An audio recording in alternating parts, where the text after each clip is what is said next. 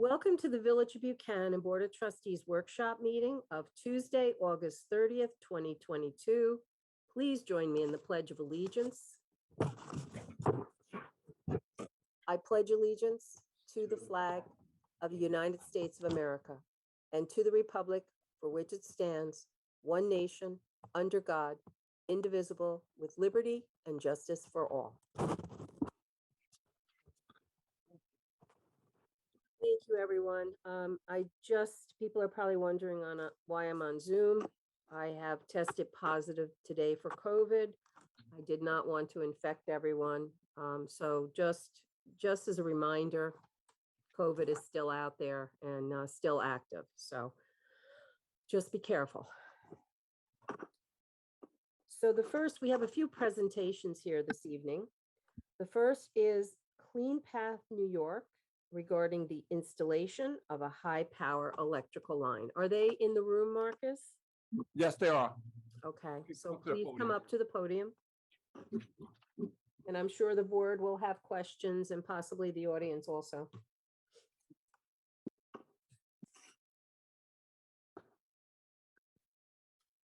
Can you see? Can the mayor see me? Yep, I can see you. Awesome. Thank you for having me. And it looks like you got our slides ready to go. Can you hear me? Yeah, I got okay. Okay. Yeah, get the mic a little close. Yeah. Okay. There you go. Thank you for having us tonight. It's an honor to be here at the board meeting. Mayor, we wish you a speedy recovery. Sorry to hear you're sick. Thank you. So we're here to present our project. It's called Clean Path New York.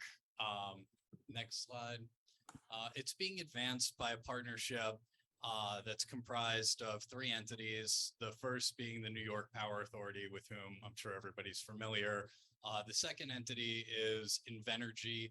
They're the largest privately held renewable energy developer in the country, with a long track record of successfully deploying projects in New York. And the third company is Hdd, that's with whom I'm affiliated directly. We're a new clean energy startup based in New York City with a remit to develop clean energy solutions that help benefit communities get access to renewable energy, given what's happening in the world today. Next. The backdrop of our project, I think it's fair to say, begins in 2019 with the state passing the CLCPA. So this is the Climate Leadership and Community Protection Act, which has a large aspiration to regulate carbon emissions across every sector of the state's economy. And all of those rules and regs are being promulgated by a working group right now, and they're going to be available in 2023. But in the meantime, the first thing that the law sets out is a set of standards to decarbonize our state's electric sector. And so there's a legislative mandate for the state to be 70% emissions-free power by 2030 and 100% emissions-free power by 2040. And with that, set into motion a lot of policy at the state level about how we could get from here to there.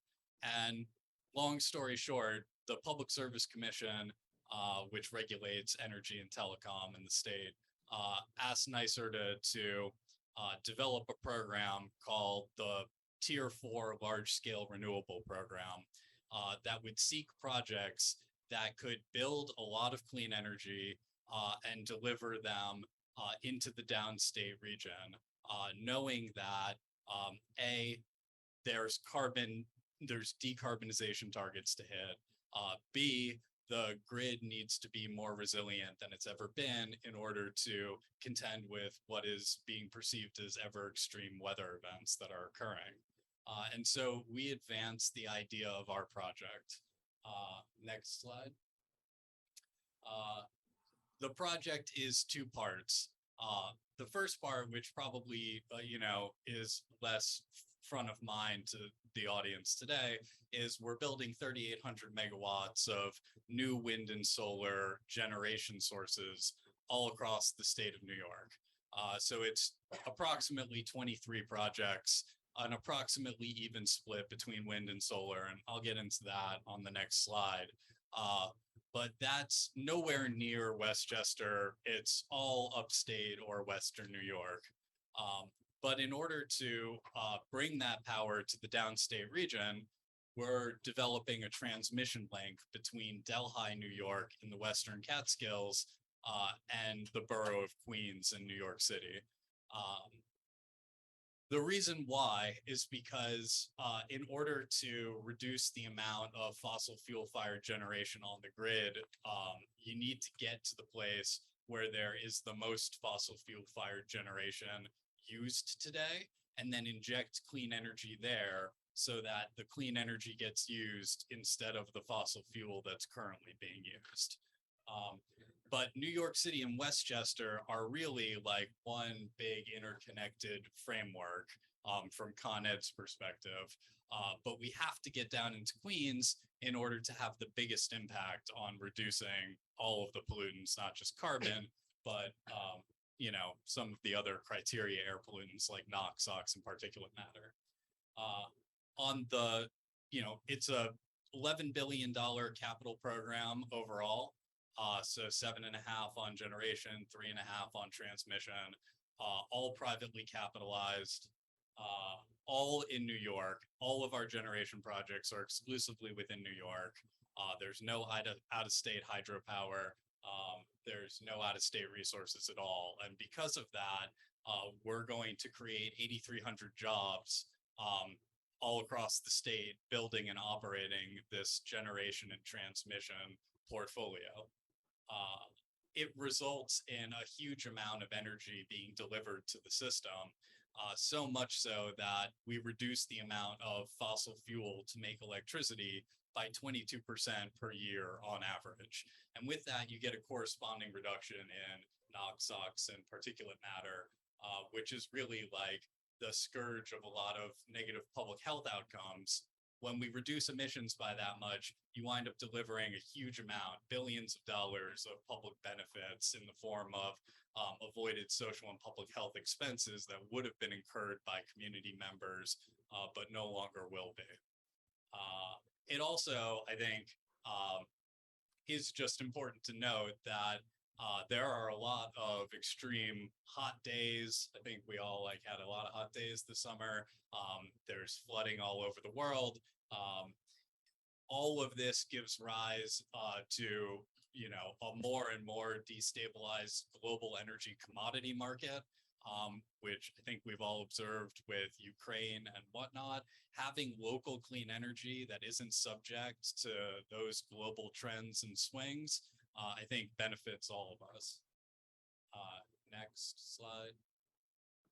So the TikTok on the project was the solicitation by NYSERDA was issued in January of 21.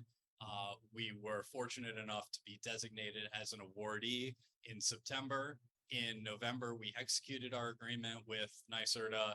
It was subsequently reviewed and approved by the Public Service Commission in April of this year. And so now we enter the next stage of development, which on the transmission side of the project is entering into a permitting process called, which in New York State is called Article 7. It's governed by the Public Service Commission and the Department of Public Service. That is a multi-year process where ultimately we are approved to develop the project, we think in 2024, at which point we'll commence construction. It's approximately a 3-year construction cycle, although that doesn't mean that there's activity all along the 175 miles for all 3 years. It's segmented and, you know, it happens in sequence. So we think the project will be live in 2027. Next. We talked about this already. Next. So that's a graphical depiction of the geographic distribution of our generation projects. Like I said, they're all well north of here, or well north and west of here. Even split on wind and solar. I don't know how much people are interested in this. 30% of these projects are already permitted and ready to be built. One or two of them are already under construction today. And then they all need to get entitled and permitted in their own right. Next slide. This is a note about the transmission routing. And maybe I can actually backload this conversation because I want to get through the rest of it, and then we can have a discussion around the routing, which is, I think, what's going to be top of mind. But I only have a couple more slides left, so it won't take long. Next slide. This is a facility owned by the New York Power Authority called Blenheim Gilboa. It's an existing pumped storage facility, which basically connects two reservoirs built into the side of a mountain. It was built in 1973. We're going to use this asset to store excess renewable energy when we're creating it, and the transmission line that we're building is too full of power to use it. And then when the sun isn't shining and the wind isn't blowing, we're going to release that power back out of this facility. It's sort of a giant water battery, and it's pretty cool. Next. So a couple points to note. We talked about the scale of the private investment and the jobs that we create. But I think it's worth noting that by virtue of our collaboration with NYPA, this really is a public-private partnership. So at the end of our contract with NYSERDA, which is a 25-year contract, NYPA is going to assume total ownership of this transmission line end to end so that it's a state-owned resource that can be used for the people of the state, which we're hugely proud of. Another thing that's not on this slide that I think is a point worth making is that I think when a lot of people hear about a private developer developing a transmission resource, it might leave the impression that we get to decide who gets power when and where power flows on our line. That's actually not going to be the case. There's an independent system operator of the grid called the NYSO. They decide when power flows where and in what quantity. We are on the other end of their signal, and they direct us about how to operate the line. Their whole dispatch model for that is all about keeping costs low for ratepayers, and keeping the lights on. And so there's nothing that we're going to do that undermines that. In fact, we're going to help support grid reliability because our transmission line is entirely underground, and therefore extremely resilient. The final thing is, on this slide, we are committed to pursuing a PLA with our friends in the union world. Every job that's directly enabled by this contract on the construction side is going to be subject to the PLA. The CLCPA, well, actually, I'll just not preempt myself. Next slide. So the CLCPA has keen focus on directing a certain amount of benefits of the spending on clean energy programs that the state enters into specific geographic areas that are designated under the law that they call disadvantaged communities. The definition of those boundaries is still in process, but we've looked at old DEC maps from 2019 that talk about potential environmental justice areas, and we've overlaid other demographic information on top of that. We've looked at our project from several different vantage points around where we're making direct investments in building and operating generation and transmission, and where we're buying goods and materials from, and where infrastructure is being installed. And long story short, we think we're very well positioned to direct this benefit to the communities that need it. Now, the next slide talks about a $270 million commitment that we've made to help along that pathway, to do things like support local hiring practices in a way that typical projects wouldn't be able to deal with, to do workforce development, to run apprenticeship programs, to build bridges and pathways for local communities, to have participation in the union labor environment. In addition to that, there's a portion of this fund that's dedicated toward education at all levels, to prepare the next generation of workers or the current generation to get more skills and education to well position them for where we think the world of energy is headed. Then there's a commitment toward expanding access to healthcare in various communities across the state, as well as an area of focus on environmental conservation and stewardship, which it's a very big project. So depending on where we're acting, is going to look differently, but park restoration, land conservation, fishery habitat restoration, and all the rest of it. And so this is going to be governed by a board of directors comprised of project participants like us and local representatives and community members who can help advise us around who should get funding, to what extent, for what purpose, and what sort of measurements we should bring to bear on the success of that effort or not. And so that's sort of the end of the overview. If we want to turn to the fourth slide, I think it is. Well, I don't know that we need to do a deep dive on the Article 7 process, except to say, thank you for advancing there, actually, except to say that routing decisions ultimately are made manifest through our application to the Article 7 process. And it's a strict and stringent environmental review that looks at the project's overall environmental compatibility and engages stakeholders at all levels to get involved and help sort out, typically through a settlement process, what big decisions need to be made on the project and what accommodations the project would need to make along the way.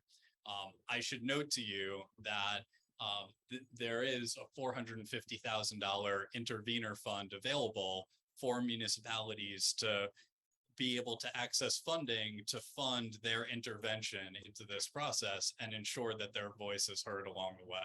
So I wanted to make sure that we touched on that. But to go back to the routing discussion on the fourth slide, I think it is, if you go back.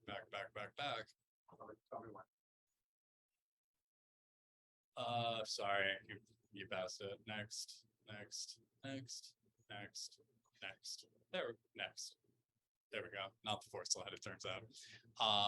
So this is the indicative routing that we have as of today. Not a lot of detail on this map, but I have a more detailed map for us to look at after I walk you through the bigger picture. It starts in Delhi, New York. For the first, let's call it 95 miles, NYPA controls a transmission corridor called the Marcy South Corridor. That currently hosts overhead 345 kV electric power lines. We're going to bury our line underneath NYPA's existing system in that corridor in order to mitigate environmental impact, because it's already a transmission corridor. That's one of the guiding principles of the project, is to repurpose existing rights of way wherever possible and not have a greenfield development.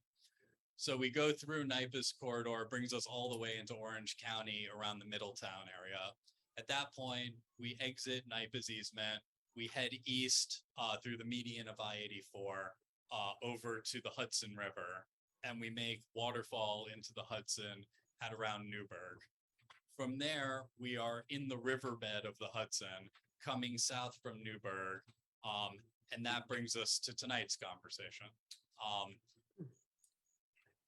Just to the west and south of Verplank is an area called Havistraw Bay. To the south of Havistraw Bay is Croton Bay. Based on prior DEC determination, we know that we cannot be in the Hudson River, in Havistraw Bay, or in Croton Bay. We know this because a similar project called the Champlain Hudson Express already tried to do that and was not able to do that because the state would not allow them to do that. That project is on the west side of the Hudson. Our project, we are looking at making landfall into Westchester, and we're still determining where we should do that. We've had several ideas. There's not a lot of area in order to be able to make that landfall. To the north in the Roa Hook area, there's a lot of challenging topography. So despite studying Roahook and like wanting to do it there, you really can't do it there. There's a big hill in between Roahook and the rest of Westchester, and it's not technically feasible for a couple different reasons. Then we move south and there is an area that works. By the time you're getting to Cortland and the Verplank area, we think that that's very challenging for another set of reasons. So the proposed study corridor that we're looking at. What are those reasons, if you don't mind my asking? Can you well, elaborate a little bit? Sure. Well, you don't want to be near Indian Point, given the decommissioning work that's happening. South of Indian Point is where the Algonquin pipeline comes in, so you can't be there. South of there is a quarry site that was purchased by the town of Cortland, when another HVDC transmission project was considering siting there. And they have an eye toward redeveloping that parcel to be a community amenity to utilize the quarry space, from what I understand. South of there, there's maybe in between there, I lose track, there's a gypsum facility that you can't make landfall into. There's also an interface with the pipeline there. South of there, it becomes very heavily residential in Verplank, and we, just never really considered that to be a viable alternative based on the density of residential use that we would have to get through. So that directs our area of focus to the yellow box that I'm holding up now. Mayor Knickerbocker will be familiar with this because we showed this at our open houses that we held in Peekskill and in Ossining recently when we were here doing open houses. But the area of study is basically, up into Peekskill, south of Roahook, and down to Lens Cove Park. Lens Cove is right next to Indian Point. I agree. It's adjacent to Indian Point. It's proximal to Indian Point. It's So- not adjacent to it, but we're splitting hairs. It's close adjacent to it. Okay. It's on the property. It's actually Indian, I believe you're coming in on the Indian Point property from Tropiano Trail. I think that's what your thoughts are. Yeah, so you know. So your better point of than I entrance would be Lens Cove. It's one of the areas that Okay, we've studied. So for- we've talked to the mayor about Because I can't this. see. Sorry. Oh, there you So, no, I mean, Yeah. I should be clear that the reason why we're depicting this as a study area is that we have several alternatives in the area that we're studying. When we began to look at this problem, the first one that looked the most reasonable to us was Lens Cove Park.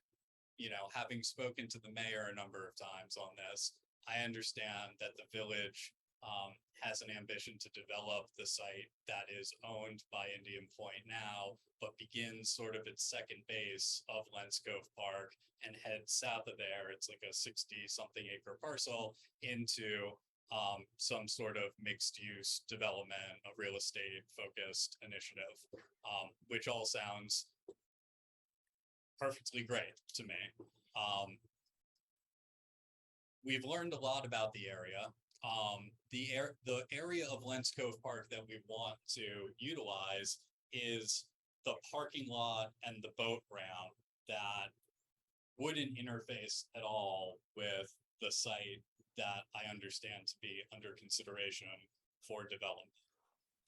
So from that perspective, I think it's deconflicted and wouldn't get in the way of any plans that you have for that area. Yes, it would. If I may, That's just my opinion. yeah, if I may, let me ask you a question. The area next to Flashman's Pier in Peekskill, because you want to get on Route 9, correct? Yeah, so I didn't finish the explanation. I'm Okay, sorry about it. okay. No, I want to see the path after Lens Cove to see, because your Yeah. point of entrance is Lens Cove. Right. And then where you're going, because it is unbuildable property after you install your. Why I don't not know do it in what your depth Fishkill? is, But Right, so that- just to, Why not just do it in to, Fishkill? just to be completely, so we're on the same page here. I'm not just saying that we're studying other alternatives. We are studying other alternatives. And if it's my preference, I actually don't want to be in Lenscove Park. You know, how you get from Lenscove Park to 9A is you basically come out and go south and then go over east on Blakely to get onto 9. Then you get on 9 and you're in the western shoulder of 9, which is a big wide shoulder. And then you make your way down through the rest of the county until you get to the Ossining Croton Point area, which, you know, we don't need to get into, but after that, that's where we get back into the Hudson River, and proceed in the Hudson Riverbed down to the Harlem River in the riverbed, and then we're over into Queens. But you're right, there are, you know, a handful of other viable alternatives in Peekskill. Now So I want to just stop you there for a second. If you come next to the baseball field, right behind the baseball field, there's a cove. You go right on the road there, you can go right up to Route 9A, doesn't affect any developable property. And Short you're right distance. on the road, and the cove is right on the road right there. So I was wondering, is there a reason why you wouldn't be looking at that? Doesn't affect any developable property? You mean You next go- to Bertolini? No, further up, Across the street. further up, where the Flint, you know where the hotel is, Mhm. Holiday Inn? Yep. Right across the further. Holiday Inn. Yep. Yeah, so, you know, first of all, I completely agree with that. The issue of getting from the Lens Cove parking lot and heading north on, I think it's John Walsh Boulevard there. Yep. The issue with that is that the cove itself creates like a very challenging topographical problem when you come out of the parking lot of Lens Cove and you start heading north on John Walsh Boulevard. And I don't know that, like, you can't tie the cable to the bridge and you have to go under the water somehow.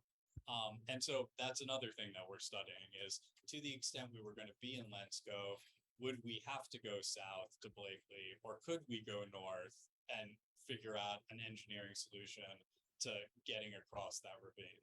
So one way you're gonna have to cross the gas line eventually. I mean, it's inevitable. That's true. We are going In to have to Blakely, yes. Mhm. that one actually, depending on the routing, you know, I don't think that there's going to be a technical viability issue with that. And what about further into Peekskill Bay? You know, by the riverfront over in that direction, and you have a kind of straight run. Yeah, I mean, so there, Yeah, so there are several alternative options that we are considering. I don't want you to feel like that you're under the impression that our position is that we're going to strong arm you or like be walking in here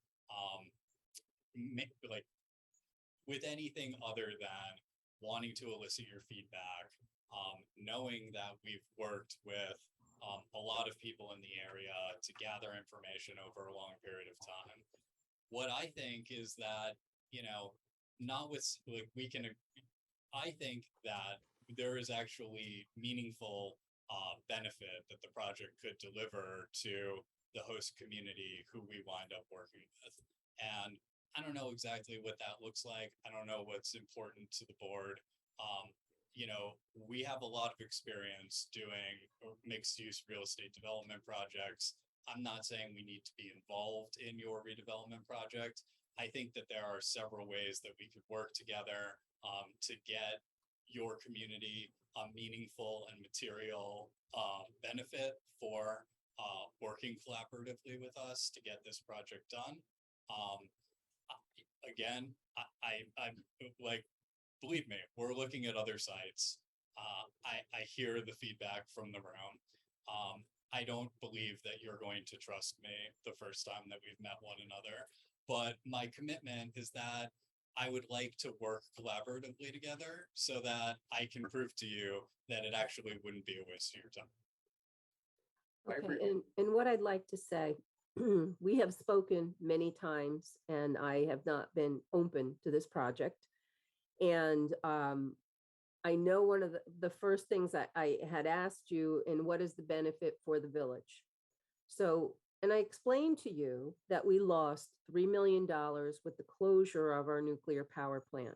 Yeah, we've been through a lot. And we have been through a whole heck of a lot, and we're looking to replace this money. So, and I'm going to say something rude, but I have to say it. We were very, very proud to supply the power in part of New York City and most of Westchester County for many, many years. This little village of Buchanan was a powerhouse that supplied energy. The people that wanted this closed, other than the three men in the room, were also many of the people in New York City. And I'm personally, I'm having a hard time, now helping or supporting the power for these people. What did they think when a nuclear power plant was going to close? And now all of a sudden next year, there's a lot of grid unreliability. Well, you know what, guys? Everybody jumped on the bandwagon, didn't look at the plan B. How would this affect you? How would this affect your communities? So to me, please don't go on that it's a benefit for Astoria, Queens, or wherever it goes. You know what? We lost $3 million. This community got hurt. And you know what? We're in survival mode. So, to me, and I know I had asked you, would it be an eminent domain situation? Because that's going to be a whole nother fight. So to us, what is the benefit to us? I had asked you, would it be a recurring income for a utility? And I know there's probably things you can't talk about now. We would have to go into an executive session thing. But you know what? I honestly don't see the benefit for the village. And, and I'm not telling you anything I haven't told you before. We've had this discussion. It is parkland you would be going through.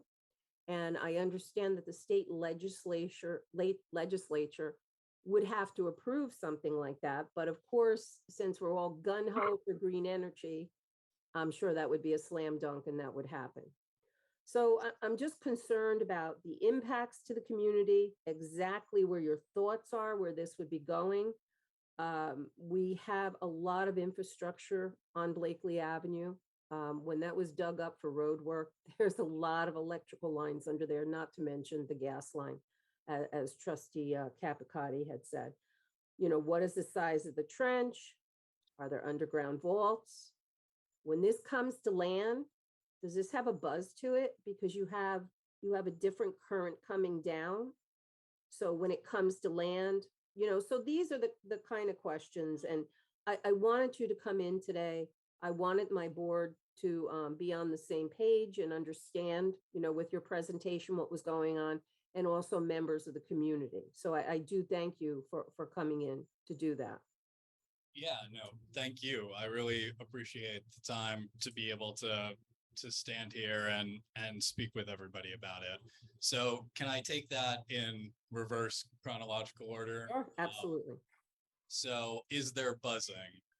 No, there's no buzzing, because everything that we're going to do is going to be underground. With an AC line that is overhead, if it were to transfer underground, you might get that condition. Our project is entirely underground. How far underground, if you don't mind my asking? Yes.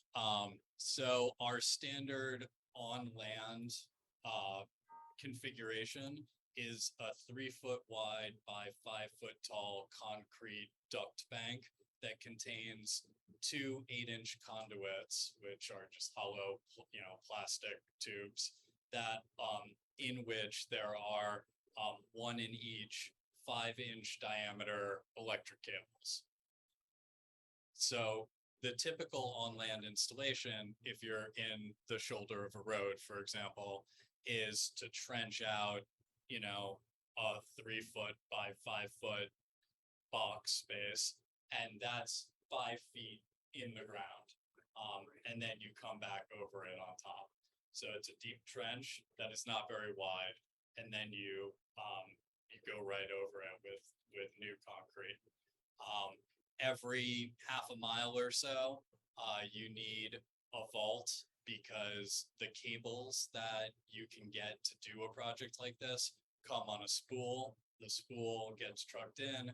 You can only get so much cable on each spool, so they need to be spliced together every half mile or so. That splice box is bigger than our typical concrete duct bank configuration. But the result at the end of the day is that all you see is a manhole, like you would, another infrastructure project. In terms of the connection between the submarine cable and the on-land cable, it's just a similar underground splice chamber. There's no converter station facility. There's no above ground facility of any kind whatsoever. So the after picture relative to the before picture is exactly the same in every instance, but for a manhole every half a mile. A lot of the methodology that we would want to use, depending on where we were mobilizing. So for example, at Lentz Cove, we're not even going to dig a trench. You set up a drilling rig called an Hdd Drilling Rig. And this is basically a very precise way of boring a tiny little tunnel underground to get way out into the riverbed of the Hudson.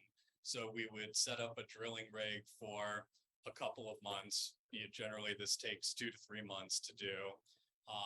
And you just push the cable, and it would be, by the time you get from like the parking lot into the water of Lentz Cove, it would already be like 40 feet underground at that point. By the time you're in the riverbed of the Hudson, you're like 90 feet underground, and then you come up into the riverbed well out into the Hudson.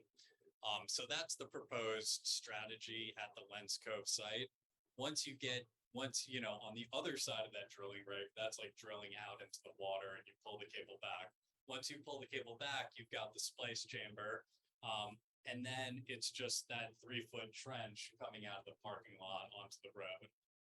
And then the question is, which road is it? Is it John Walsh North up to Louisa, or is it John Walsh South into Blakely? I take the point around the infrastructure located at Blakely. We are well aware of the Algonquin pipeline. I know that there's a lot going on. We're trying to work through all of those infrastructure issues. The more open communication we can have together to let us know about any other things that you're aware of that we're not aware of, we'd be open to have. Now, with the final point, I understand that the closure of Indian Point was a hugely disruptive event for this community. All I can say in response to that is that something needs to be there to backfill the power. Currently, it's between 13 and 1900 megawatts from CPV in Cricket Valley, all natural gas.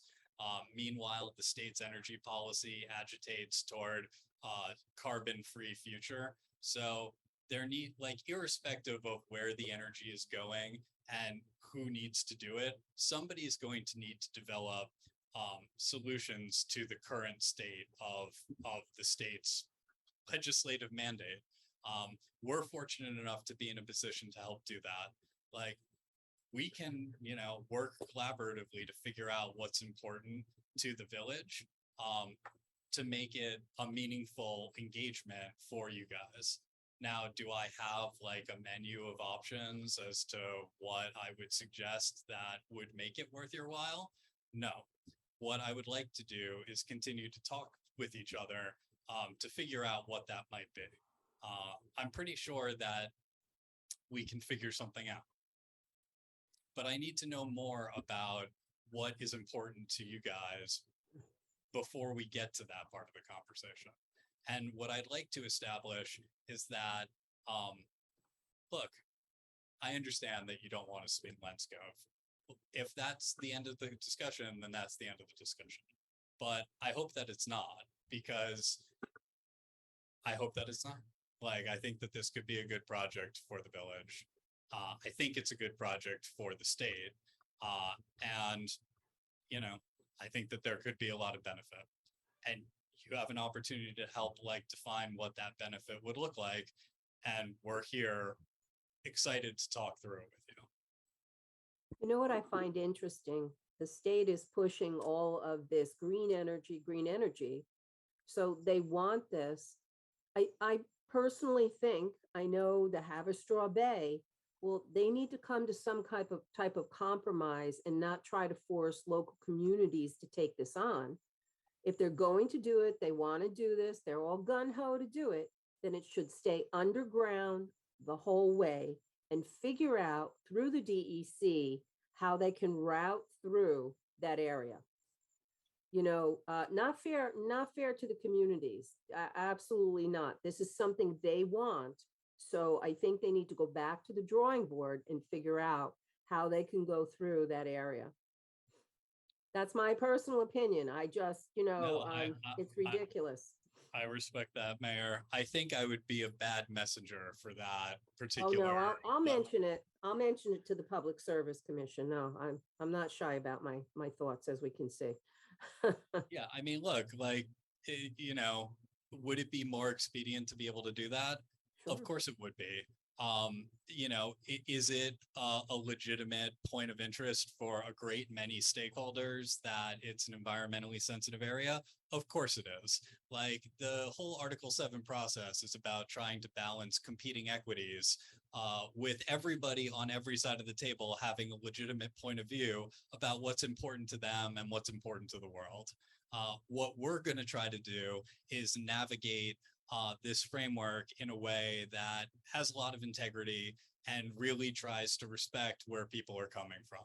So if you want to make that fight, like, I'm not going to be opposed to it, obviously, but it's not a position that we can take. Okay. But I why not understand. Croton? Where it ties right into the 9A corridor. You mean Croton? You can't go Croton through- Point. Croton, what about Ossining, which is even closer to the 9A So corridor? we can't get from north of Peekskill in the river to south of Verplank. Somewhere Right, like, shoreline. So you guys definitely have to cross where you're crossing. Yeah, we are studying alternatives that allow us to get out of the river north of Haverstraw Bay. And then the only, in order to avoid Haverstraw Bay, and then we're getting back out of Westchester, right around the area that you're talking about. So you can't go into Rockland County, nothing, no Board of Entries in Rockland County. No, so there's like, we looked at it, Topography is there's, bad over there, I get it. there's several issues there. You got railroad tracks, you got the. Yeah, I mean, I should know, like, as a process story, I don't know if everybody's interested in this, but in evaluating where we arrived at, where we are today, again, it's nothing set in stone. It's a smaller study area that we're contending with now. But we started with like a blank canvas of how do you get from here to there? And we really looked at a lot of stuff. I mean, dozens and dozens and dozens of alternatives. And there are a lot of different reasons why a lot of them don't work. And there's no railroad tracks, there's no, I mean, I get Yeah, what, we when you look, studied the radio, so like. I get what MTA you're looking at, because it is a great way to get to where you need to get to. I just don't understand why you can't use the river. I mean, I understand Haverstraw Bay, Croton Bay, it's inaccessible or whatever it is. It just seems like the impact on all the local communities that you're proposing is really future. I mean, you're unbuildable product. I mean, it's like putting a gas main in. You can't build on top of it. It's unusable property forever. And that's long term. And and I just, if you come in at 5 feet or 40 feet, it's still unbuildable. It's really impactful. Yeah, Understood. and we've already got a gas line we're contending with over in that area. We've got a fault line we're Shrinking our contending with. property down is what you're doing. and that's It's what like I'm we looking feel at. like we're a dumping ground. So That's something like that. so I've lived here my whole life. I don't want, it's not our intent to make you feel that way. And Well, we're not trying to. And I get it. You're the messenger, but I'm just telling you how it's being received Mhm. from my perspective. I hope there's something that we can do to change that Well, I'm looking, perception. I want to see what the benefits are, like give us some benefits of the village that we would actually, that would help us. That's what the residents are gonna wanna hear. That's Yeah, what that- that- And that's really who what I we have represent. heard. I represent everybody in this town. Okay, so tell me what is on your mind. I don't know. What would be a meaningful benefit to the community? Well, we would Well, have you to. know that we would started have to- losing $3 million when Entergy closed. 3 Okay. million a year, that'll work. So that is a, that start right there. Yep. That's where we are. You know, and to give up more property that we can't develop, to take off the tax roll. And the state knew what they were doing when they closed Indian Point. They knew this was gonna happen, Mhm. okay? To try and go all renewable and all green. No carbon. I mean, I can't So- speak to it. I get it. I had I nothing get to it. do We with don't, we're not trying to kill the messenger here. We're just trying to get the answers. That's all. No, I Because get if you it. think about it, our parcels are limited in this village. We have to make up a lot of ground with the money that we lost. So by you coming through that area, you're shrinking more of our property. The gas line shrunk it, this will shrink it, Utility lines already. utility lines shrinking it, infrastructure work for something that the state wanted Entergy closed, they got it closed. Now they want to take more from us. Now they want a concession We're not again. really open. Doesn't work that way. And we want to know what our benefits are to get back to that $3 million point. You know, I think that that is an entirely appropriate discussion for us to have. I don't know that today is the time for us to have it. I'd love to have it. you but that's know. my starting point. That's where we are. And I'm sure the mayor agrees with me as well. That's where our starting point is. Okay, noted. Like, I Okay. appreciate the feedback. I Yep. mean, what I'll say is, I mean, I understand the point that if you have an easement, you can't build on top of it. That having been said, the easement that we would be seeking to facilitate this project is mainly in roads that are only being used at the moment to convey traffic here and there. You can roll cars over them. Like, the idea that we have in Lens Cove is to be in the parking lot. You know, I don't know any of the details of the projected, like the future looking plan for your redevelopment site. That's right there. But I'm confident that if we wanted to work together to figure out a way to have both projects live in concert with one another, that we would absolutely be able to do that. Do you also confident too. understand that where you want to come in the parking lot, that area there many years ago was a dump? Yes. So that's where we used to, the village used to dump there. And so it is, I don't know, it's not a cheap cleanup spot. I don't know if it can get cleaned up. I don't know all the details of that. Yeah, I'm also under the impression that the parking area and the boat ramp are actually maybe slightly north of where the dump was, but I take your point. I think you're right. You're definitely right that it was a landfill. I mean, I'm under the impression that the boat ramp is actually sort of a boat ramp to nowhere at the moment because Lens Cove gets silted in by natural action of the right. Hudson River, and Mhm. that there would have to be a dredging campaign Yep. if you were going to recreate that recreational Absolutely. opportunity. Correct. You know, if that's something that you want to talk about, we could talk about that. Like, I mean, we've tried to do our homework on the site. Again, like, anytime you guys want to come back and talk about, I think in a more appropriate context, like how we could actually move the conversation forward, I would love to do that. It's called revenue to our tax base to give the residents of this village relief Mhm. to replace what we lost. Revitalizing a boat ramp is not gonna get it done. That I can tell you. And just to add, we've had the discussion, we got our planner here. We had a blank slate right now that we can actually try to redevelop with Holtec, 65 acres, including the Indian Point. And you're taking a piece of that out before we even get to the drawing board to see what we can do. So you're handicapping us. It hinders our ability to do what we want to do to develop that property the right way. Just like the town wants to do the 99 acres, we want to do the same thing about 65. I've heard, I understand that. You I know, still- most of the people in this community are second, third generation. They stayed here for a reason. But we do need help. And if your ideas are helpful to us, we are willing to listen. And, we took that hit, a $3 million hit, and right now we are struggling. So, dredging out for a boat ramp isn't gonna be the answer. Right, You know what I mean? But it's a starting point, I guess. It would, but revenue is a bigger starting point. I mean, how are we gonna do it? So if we want to bring in a developer, you're already impacted his development. Yeah. You know what I mean? So that's the way we look at it. And I hope you understand that. no, I completely understand that. In my former life, I, helped develop a big project called Hudson Yards on an active train yard. And, I love that project. there were a lot of constraints about what we could do with the site. Yeah. Should have built the stadium, is what you should have done. Yeah. Could have done. Fair enough. But I think that, look, like I said before, I don't need to just repeat myself. I think that there's probably a solution here if we want it. I take your point that it does remove a degree of freedom depending on where we wanted to locate this thing. But I don't in any way think that it's even remotely gonna undermine what you want to do with that site.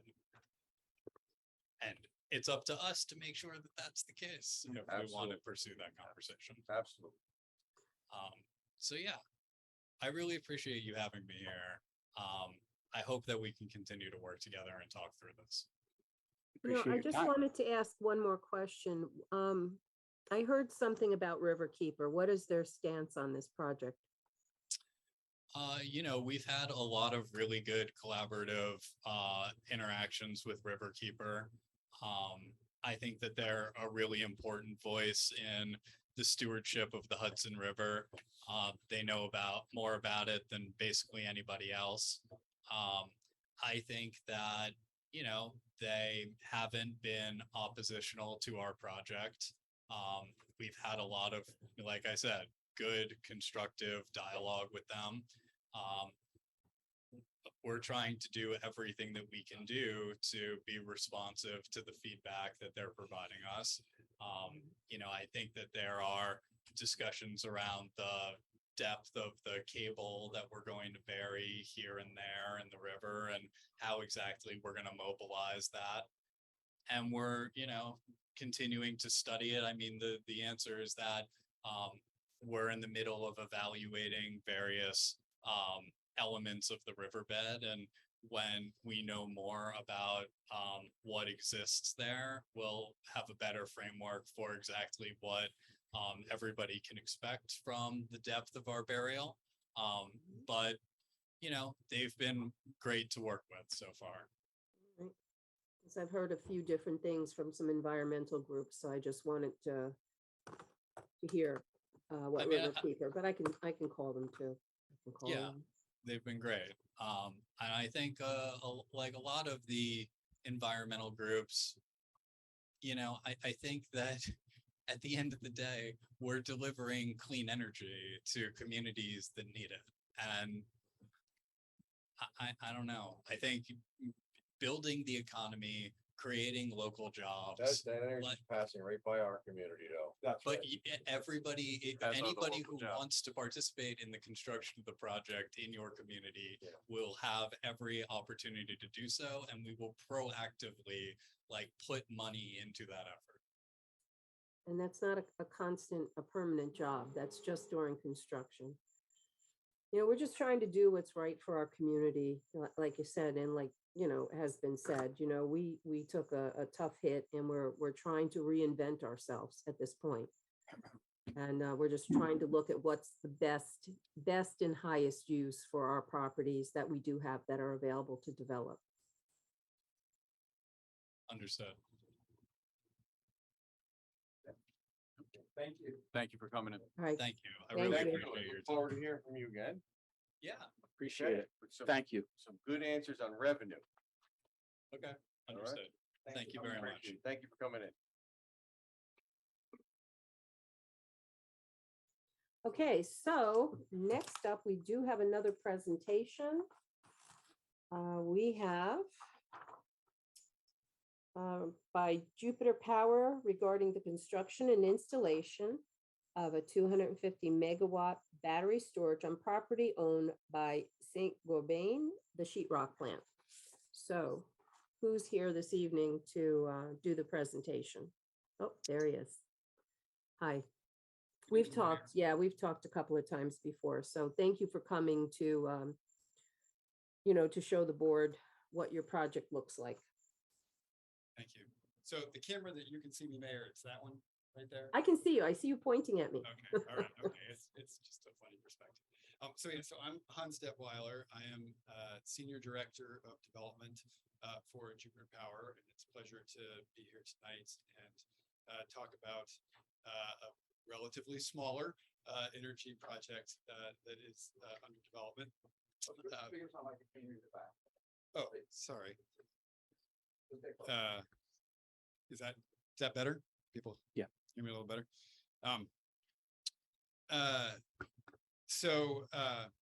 Anyway, want to hear tonight to talk about the potential first phase in Buchanan of the project, and also want to introduce a couple of my colleagues that are also here tonight. We have Sean Kelleher, who is an engineer within our company, and we have Paul Rogers with Energy Safety Response Group. Paul Rogers was a lieutenant in the New York City Fire Department and ran their hazmat unit and is a fire safety expert. So if we have questions that come up about safety issues, then I just want everybody to know that we have some experts available beyond myself that could help with some of those questions.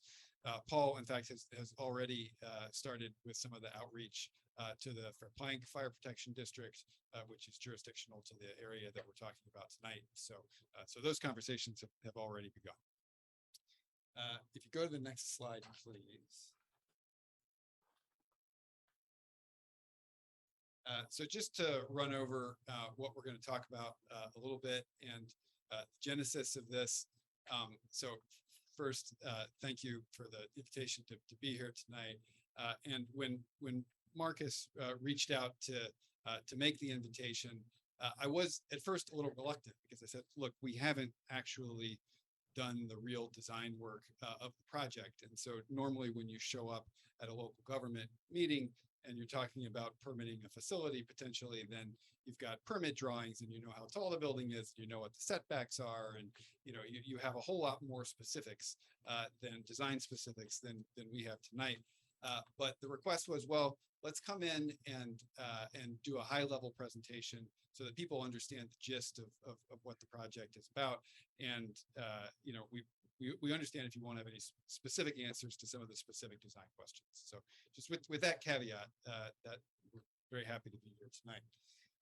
Generally, I'll walk through about Jupiter, the sort of need for battery energy storage and a project overview, and talk about the benefits and safety and any other impacts from the project. Next slide. So about Jupiter Power, we are an independent power producer that is focused exclusively on battery storage development. We do what are called front of meter batteries, which means we're directly facing the grid. So we're not behind the meter of an individual residence or a commercial installation. In this case, Certainteed, we're not behind the meter of Certainteed. We just provide energy directly into the grid. We have projects that are already operating. In fact, we're the largest operator of battery projects in Texas. And we have a significant pipeline around the rest of the country, including one project that's under construction in California and a couple of thousand megawatts of batteries under development right here in New York State. Next slide. I think we've already heard a lot about the future of the green grid tonight, so really don't need to say too much more about that. Suffice it to say that in a grid that's relying more and more heavily on wind and solar production sort of go like this, and batteries help smooth it out and make the power available at times when it is needed to support grid resiliency. So that's the role of batteries. Next slide. I often find, a picture is worth 1,000 words. So these next two slides, we just wanted to give people a couple of pictures to help understand what exactly would be in the buildings that Jupiter would propose to develop in Buchanan. So basically, you start with cells, which are roughly the size of like motorcycle batteries, and you put a row of those into a module, and then you put the modules into a rack, and then we can control the system at the rack level. If you go to the next slide, this is one of our operating projects. We call it SWOOS in Texas, and you can just see what these racks look like. It's really very similar to a server farm and sort of typical electrical infrastructure. Sometimes when I show this picture, we get asked about the personal protective equipment that the technician is wearing.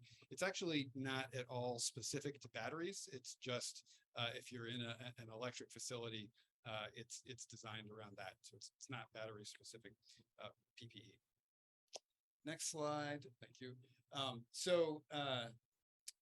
The governor has expressed strong support for this renewable transition, and recently, in fact, earlier this year, doubled the battery storage goal in the state. So you're going to see a lot of development occurring around the state very rapidly in order to meet a 6,000 megawatt by 2030 goal. So this is an aerial rendering of what the project would look like on the CertainTeed site. I think it's important to say right at the outset that the CertainTeed factory has been there for a very long time, and they have an unused parking lot. And so as the village is looking for revenue alternatives, this is an opportunity to monetize an unused parking lot and not really have any impact at all on any neighbors as a result of the development. So we have been doing preliminary engineering on this, and we're now looking at the CertainTeed Phase 1 as a 125 megawatt project. So Mayor, at the beginning, you mentioned 250, but we're now looking at 125 megawatts as a Phase 1 on the site. So that would be approximately $100 to $125 million of investment. And it would, in terms of project specifics, it would be completely invisible from the street. I've got a few more slides that I'll show in a few minutes to further describe Sorry, that. before you go there, Hans, what's the size of the footprint, the building? Oh, it's Approximately it's about an acre and the entire building. a half. Well, the whole site that we would have is about an acre and a half, so the building is less than an acre. Do you have any approximate dimensions? What the building? Square footage, no, 40 and 50,000 square feet. But again, approximately, we haven't decided. Let's see. Oh, I should emphasize too that we are very actively looking at additional sites.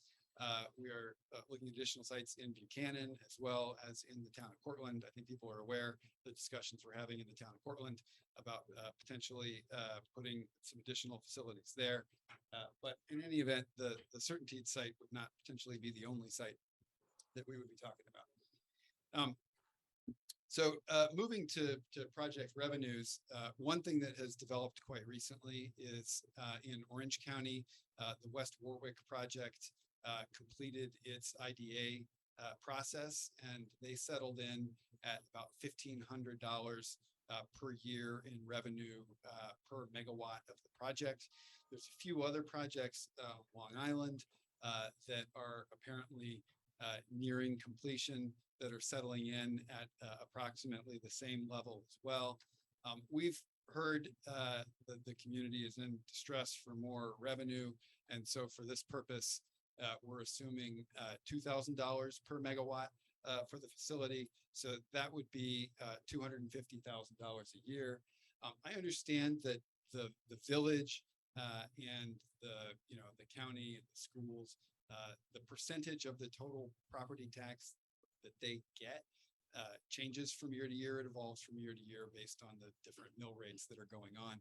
So I just put a range there, but if the village is 25 to 32% of total, then that would be $62,000 to $80,000 a year. if the schools are 50 to 60% of the total, that would be $125 to $150,000 a year. That is a pretty high number on a per acre basis. You'd be looking in the $40 to $50,000 per acre in revenues. And again, additional project phases would bring additional revenue. All of this is assuming that we would do a potential pilot agreement. We think that a pilot agreement would be beneficial to us to have the certainty as to what the revenues are that we would need to provide. And we think it's beneficial to the community as well, so they have certainty as well. So we are assuming that there would be a pilot, but we understand that would need to be. Can you shed a little more light on that? Why the pilot? Well, batteries are relatively new facilities, and I think there's a lot of uncertainty as to what the tax burden might be. And so, I think from both sides of the table, it would just help everybody to have a better, more specific idea. And we are seeing now, like all of the battery projects that are moving forward around New York that we're aware of, they're all doing pilot agreements. And as I said, they're kind of settling in at that 1,500 range. So I think that indicates sort of why, but the price of energy will go up, it'll fluctuate. prices of energy definitely fluctuate. Yeah, so that's our range that you're saying, it's like 2,000, 1,500 to 2,000. Per megawatt. That's where it appears to be settled. Yeah. Should also say that this kind of development, it does support union construction jobs. We would build this with a project labor agreement. We would expect it would be about 30 to 40 jobs on average during the construction period, but peaking at 2 to 3 times that level during the peak of the construction cycle. The project would not have a large impact in terms of the number of permanent employees. So therefore, in terms of impacts on the schools and the village, in terms of creating a demand for other community services, the project really would not do that. So it really is an upside of sort of monetizing this available parking lot without creating costs on the other side of the ledger. Okay, I mentioned safety a little bit earlier.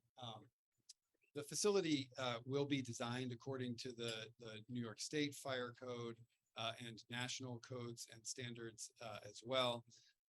All of the equipment that we would use would be Underwriters Laboratory listed, which means that it would all have been tested by a nationally recognized test lab. I was doing a presentation in the town of Cortland a number of months ago, and we got some questions about this. And in particular, that event was, the presentation was several weeks or so after a fire in Chandler, Arizona. We weren't aware of a lot of the specifics of that fire at that time, but we now know that that facility was built before any Underwriters Laboratory listing was available. So this project would be on the 4th generation of UL testing for such equipment, and there was no testing of any of that sort that was available at that time for that project. The codes also are all new since then. Additionally, to just kind of understand how the systems work, we will have monitors down to the cell level throughout the battery system, and we can control the systems at the rack level. So if we detect a problem in any cell, we can just shut down the entire rack. We can do that remotely. Each room in the facility will have independent fire suppression controls, and very importantly, as you can see from the work that we've already started to do with the Verplank Fire District, we will work very closely to provide training for what would happen, what would need to happen in the case of an event. We want to make absolutely certain that the safety of any first responders is paramount. So you have our commitment to work with them through the design process and with trainings after the project would be operating if it's built. Next.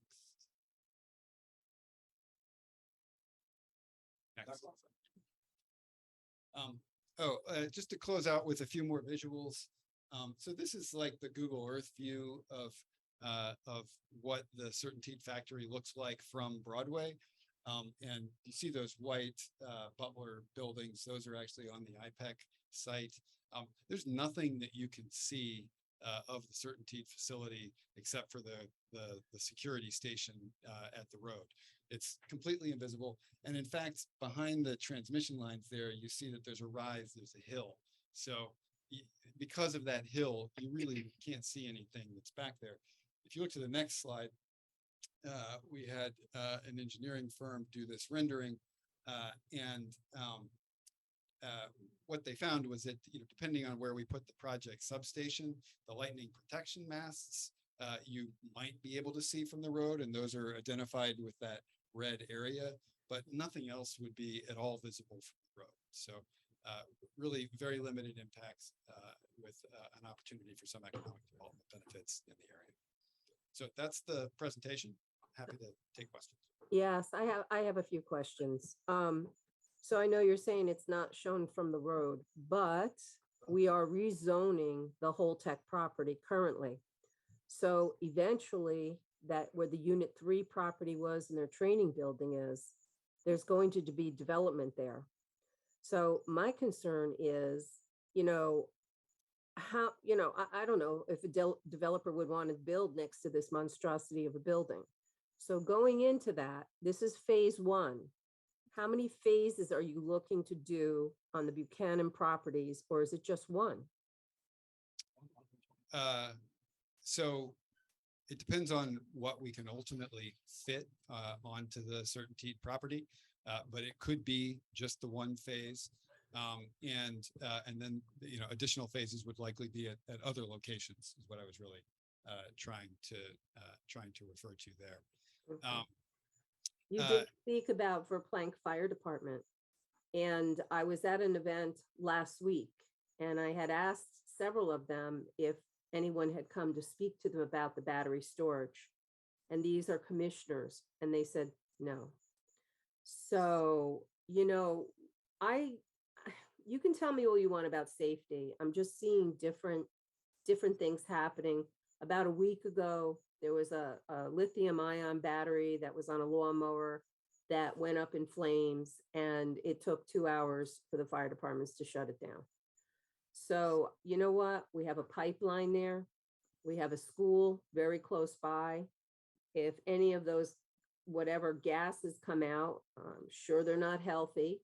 So we're looking at two things here. So it's always about the safety of the community.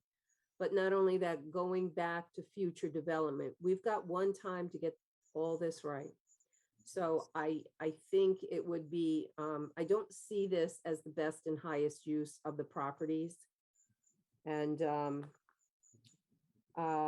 yeah, I asked you how many were planned. Where will this power come from? So where, like, you're going to store the energy. Right. So where does this power come from?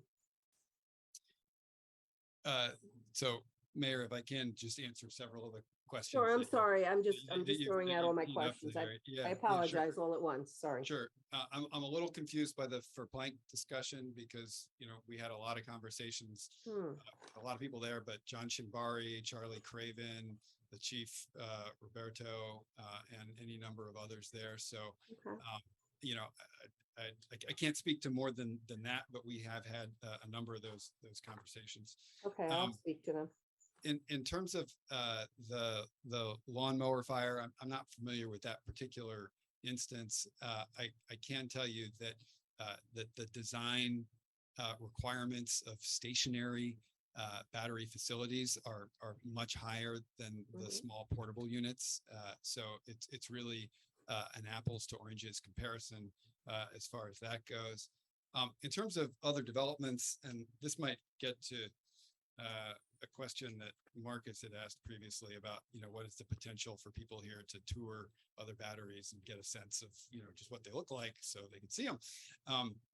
there are some operating projects in New York State today. There are some right in New York City. In fact, in Queens, you'll see that there are schools and churches immediately adjacent, residences immediately adjacent. This site is much farther removed from any adjacent development than anything else.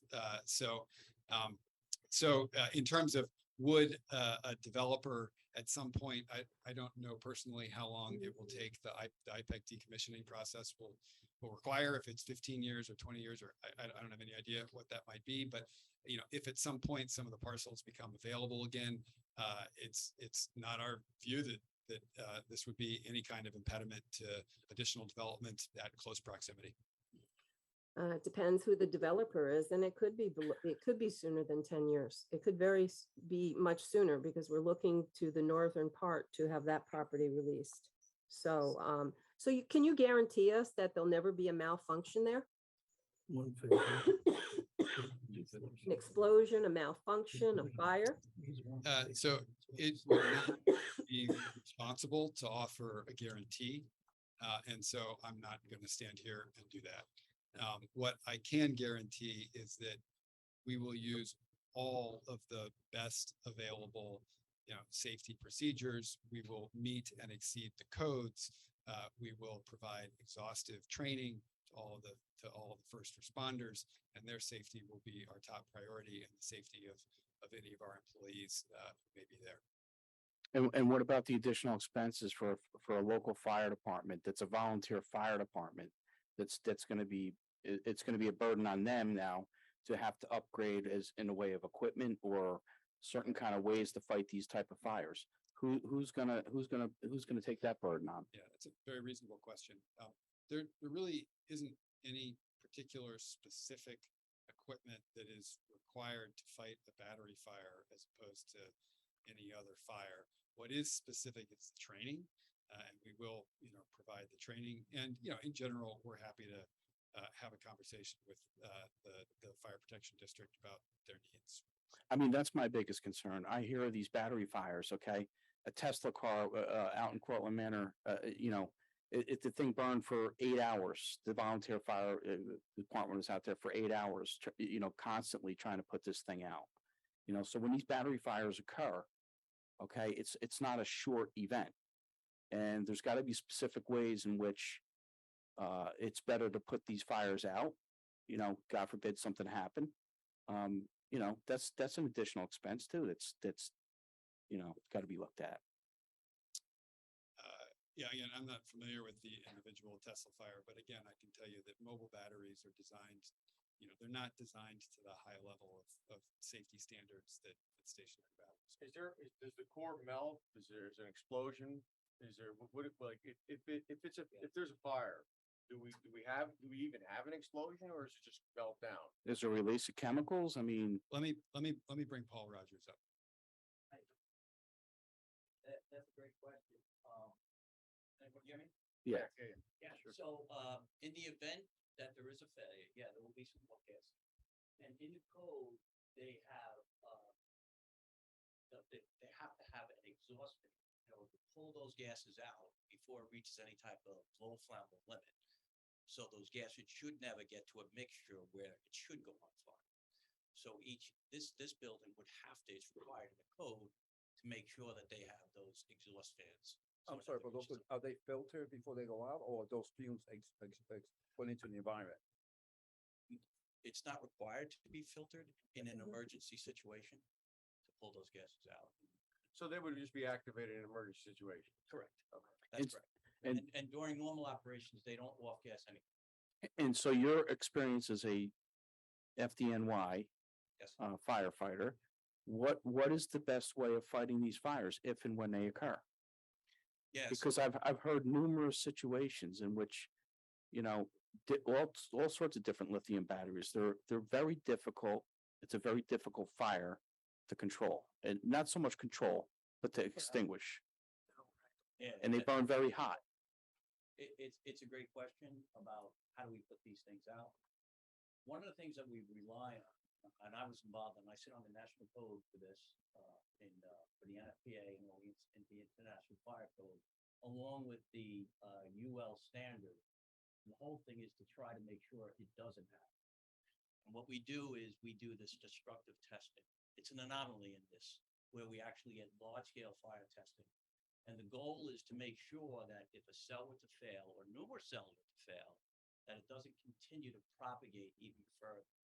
And that comes in play with a lot of passive resistance that actually goes into modules to make sure that heat transfer doesn't go from one module to the next.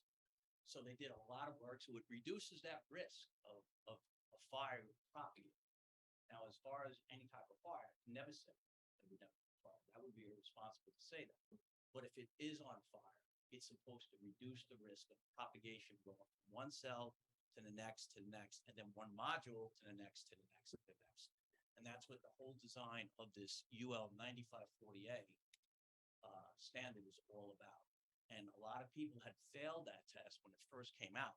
That's why they're in the 4th edition. A lot of people failed it, and they went back and they designed their systems over and over again to finally understand the test, to make sure they can actually absorb that heat, so that heat doesn't continue to move to the next level or the next module. So it's more about prevention. It's more about prevention.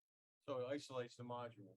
It isolates. So it doesn't, there's no Yeah, heat transfer. so I say the word modules, I don't want to be really totally clear. They call it a unit test.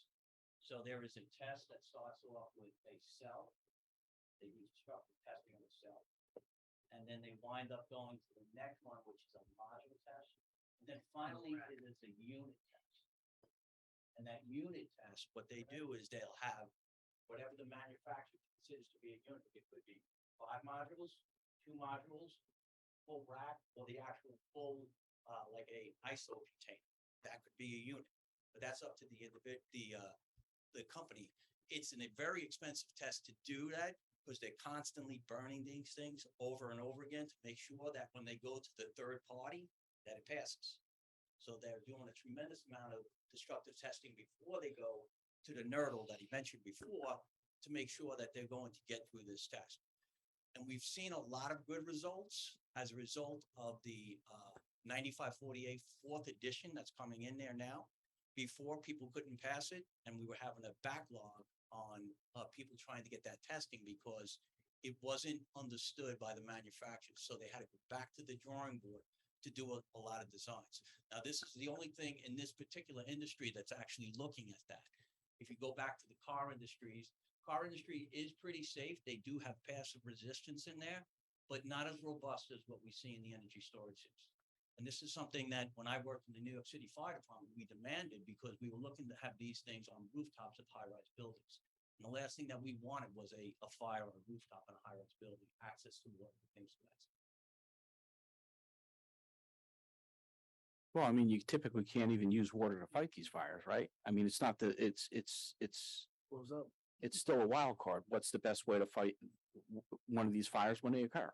Yeah, so in Chandler, and I think they brought that up in Chandler, that's exactly what they wound up using in order to actually stop the reaction from taking place, to try to cool it down. So water would we use in order to try to cool it, to make sure it doesn't continue to propagate. But remember, Chandler was built before this UL 9540A was even around, so it's never tested to that. So if UL 9540A was around, it may have different results as a result of that. And the structure itself is developed with plastic or a polyethylene, or is it rubber-based product? Is it? There's a couple of different things. Yeah. And so what would this building be constructed of? That Typically precast concrete. There'll be- Fire resistive? There will be fire rated walls. Nobody can hear you from there. If you want to speak, come up from that tree.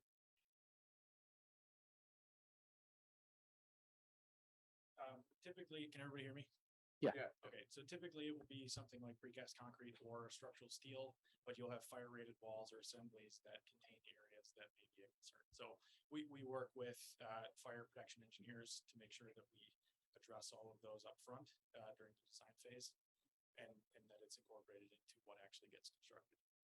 Are So, they required climate control buildings, or? Yes, Yeah. yeah. So climate control, what about a sprinkler, ansel system, whatever? Fire. Yeah, we'll have the whole suite of systems, for suppression, sensing, monitoring, basically.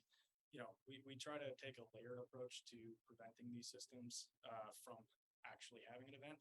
And then if they do have an event, there are a number of protections in place that can address different risks. And what about a backup system in case there's no power?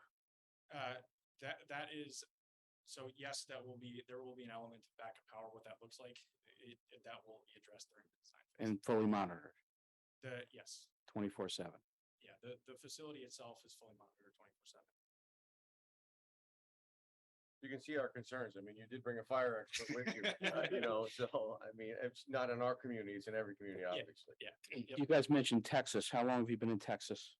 So we have, well, Alfonso, let me take over here. Company was founded in 2017, and our first unit started operating in 2021. So, 2021 in Texas was your first unit? yes. Okay. You know where my question was going with that, right? Regulation. Well, look at what happened in Texas with all the renewable energies and the green energies. What was it, two winters ago when everything failed? How did this backup system, this battery system, play into that? Well, that's the whole purpose of I storage. don't think it is was in to- play yet. Well, that's but- why I'm asking. Was it in 2019. play at that time or was it not in play? Uh, And how would it have systems. been able to, help remedy the situation? Our company's projects were not operating during Uri, if that's the specific question. I think that's why you struck there first then, right? Well, it's that it certainly identifies the need for batteries. Absolutely, Exactly that. Yeah, that's why I asked the question. Yeah. That's all. Coming back here, what would be the arrangement with Certainty? Is there a long-term lease that's anticipated? Yes. So we have a 20-year lease and we can have additional extensions in 5-year increments beyond that. And my understanding is there's a substation that's needed for this. So this is just an ancillary building, correct? There's other buildings that are required, a There would be a- substation. Correct. There'd be a building and the substation and then a cable, which would just run most likely, just down the Certainty driveway out to Broadway and then underground down Broadway into the substation that's directly across the street from the, main entrance at IPEC. Is this project contingent upon whatever you have, in plan with the town of Portland? If It's not contingent on that. No, we would like to be able to do, all of the above, but it's not contingent on. And so why that parcel of land? If you're tying into the substation across the street and Well, you when wouldn't be you- able to put Great the facility on that side of the street Yeah, great question. I mean, and when take you- it off the waterfront side? Yeah, great question. I mean, when you look at, you look at the map, like we've been looking everywhere for available land for a facility like this, and it's hard to find. In this I get it. particular area. You're in Westchester County. To the Yeah, Substation, there is a big parcel of land. I mean, yeah. yes. So why not there? Why on the riverside? Is my point. It's not available. It's owned by privately owned Con by Ed. Con Ed, and they're not. it's not Well, available. isn't there a portion of the Holtec property that's adjacent to the substation? There's a piece of property across the street. Right. Right next to the substation. Right. Mhm. And is that parcel We're- available? We're in conversation with Holtec, but we can't Yes. speak for them. So you're also in conversations with Holtec about that piece of property? We're in general conversations with Holtec, but I don't have anything to report. We had, Con Edison. Okay, so is there a lease agreement with Con Edison, the utility, because they, With Con Ed, so they're the owner of the Buchanan substation. Yeah. And so the New York ISO conducts the studies for the integration of, connection of our facility to that substation. And so Con Ed and NISO do those studies collaboratively, and those studies are still in progress right now. Generally speaking, because we know that IPEC is closed, we know that there was previously the injection of thousands of megawatts at that location, so we don't anticipate major issues being identified in that report. And how long would the agreement be with Indeed as far as a lease? The upfront initial Cer- contract, certainty, it's a. it's or a- certainty, I'm it's a- sorry. It's 20-year lease with additional 5-year extension. And this, you said, was basically cut in half to 125 megawatt at the current phase. Phase one. Does the building, does the footprint, does that stay the same? And it's just the amount of modules that are inside It's- potentially? I It's know this is subject all, to, it's subject to specific engineering. And as I've said, we continue to look elsewhere and talk with others about additional parcels in Buchanan and elsewhere. Can you just elaborate on what in dealing with the Brookline Fire Department and the people you spoke with there, what were their concerns in relation to if there is a fire there and how they would handle the fire and any additional equipment or training that they may need? Yeah, I mean, we discussed those issues. Generally, I don't really know how to characterize those discussions, Paul. So, First of all, they definitely need training. So Mhm. they're gonna have to have training. They gotta understand this. And that training's gotta be continuously. As far as fires equipment, there was nothing that they needed that we were aware of, but that was still something if they felt they needed, we would look at that. One fire department did ask for certain chemical protective clothing, but it was not needed for this fire. You can't buy people equipment that you can't use at this fire. 'Cause I then understand. you're in trouble for actually purchasing equipment. So whatever they need in order to get the job done relative to this project, I think that we'll be more than happy to make sure that they get it. But I Okay. believe if they have a thermal imaging camera, if they got a gas, if they have a gas detector, hopefully, we can train them on that, but I wouldn't even want them to really even do that. We're gonna use this thing called the BMS. We're gonna teach them about this battery management system. It's a layer of safety there to make sure that it's the eyes and ears of the whole system itself.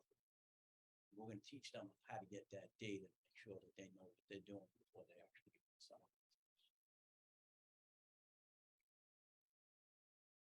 So we call it data-informed fire and operations. It's a new concept, but this is what we're pushing on the industry. And that's who I represent on the National Police League. Being part of this. Yeah, my biggest concern is just safety. So, Sure. Absolutely. Mine too.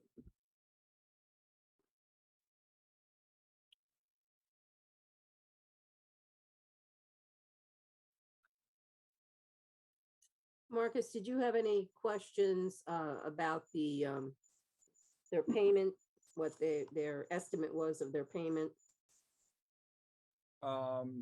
The only issue for the village would be the 25% is a little high. We're at 20% of our tax base. And that can change depending on what happens with, says the school district will have to increase taxes over time, our percentage will probably decrease. So the numbers could change. So it depends what happens with the pilot, but the numbers is under the number pretty would be close. locked in. So we're talking about $60,000-$70,000 possibly, depending on what the percentage comes out to be by next year's tax bill. so where are you in the process now? What are your next steps? I know you reduced the scale, so now is everything still up in the air?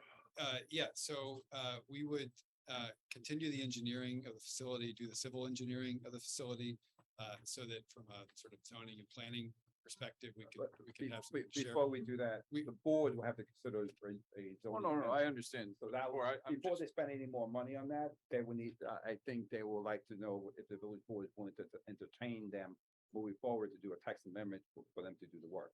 So it really falls on the village feeling in regards to how this project will proceed. I don't want to speak on your behalf, but I would say how much you want money. That was your purpose in Yes. inviting us here. Correct. We were preparing to proceed with the design, but that was your suggestion. And I don't think the board is ready to go there yet.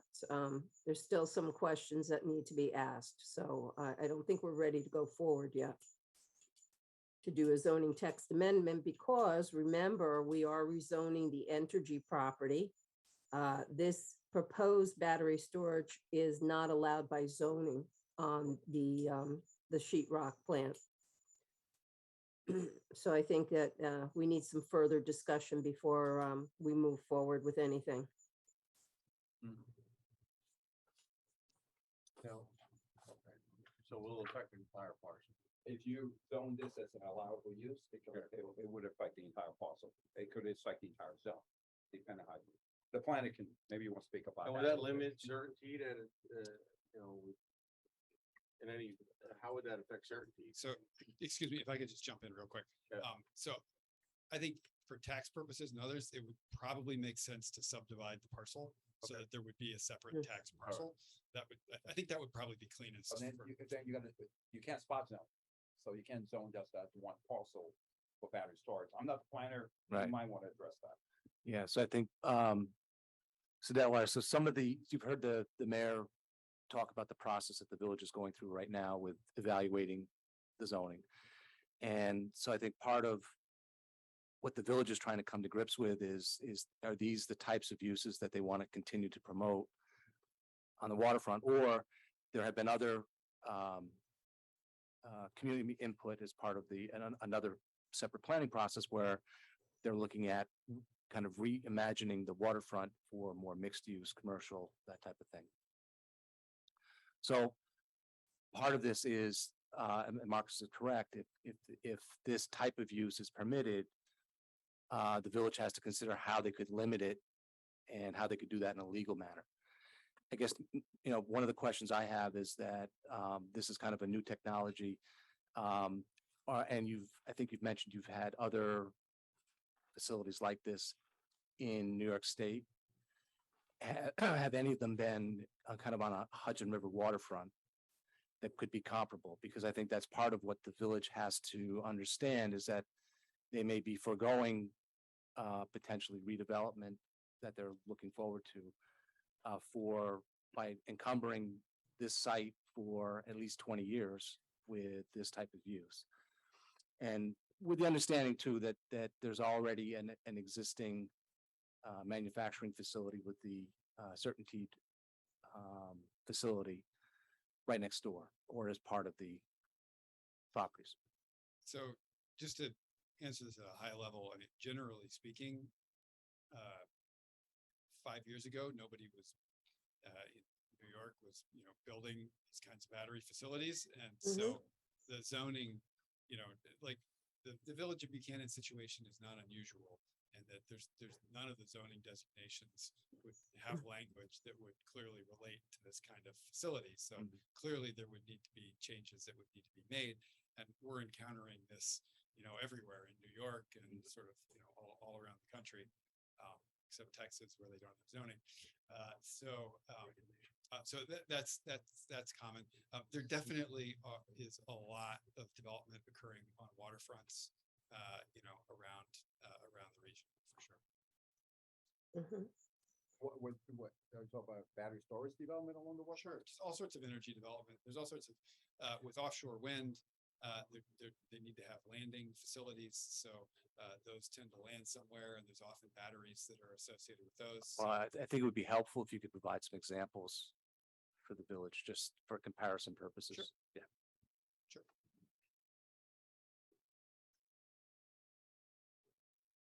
And the village board would have to decide, you're looking down the road to the future. We have one time to get this right, the development of this property that no one's been able to use for many years. It was not open to the public. So I think we all have to keep in mind what's the best and highest use, and what, how this would affect our community.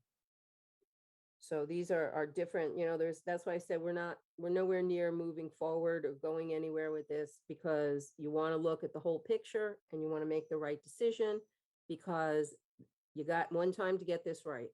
So.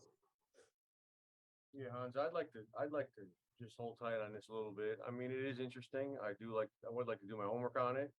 And get some information on how the benefits and what we would get out of it, fiscally as well as, I know there's a lot of hazard with fire and chemical burning and stuff, which you seem to have a good handle on. But I'd like to do a little homework on it. I'm sure the rest of the board would as well. Appreciate you coming in. Yeah. Thank you all. Thank We you. really appreciate the discussion. Thank Happy to be here tonight. And Mayor Knickerbocker, I hope your recovery is rapid. Thank you. I hope so. COVID is no fun, but thank you. All right. Thanks, thank you all Hans. very much. Hans, thank you. Thank you.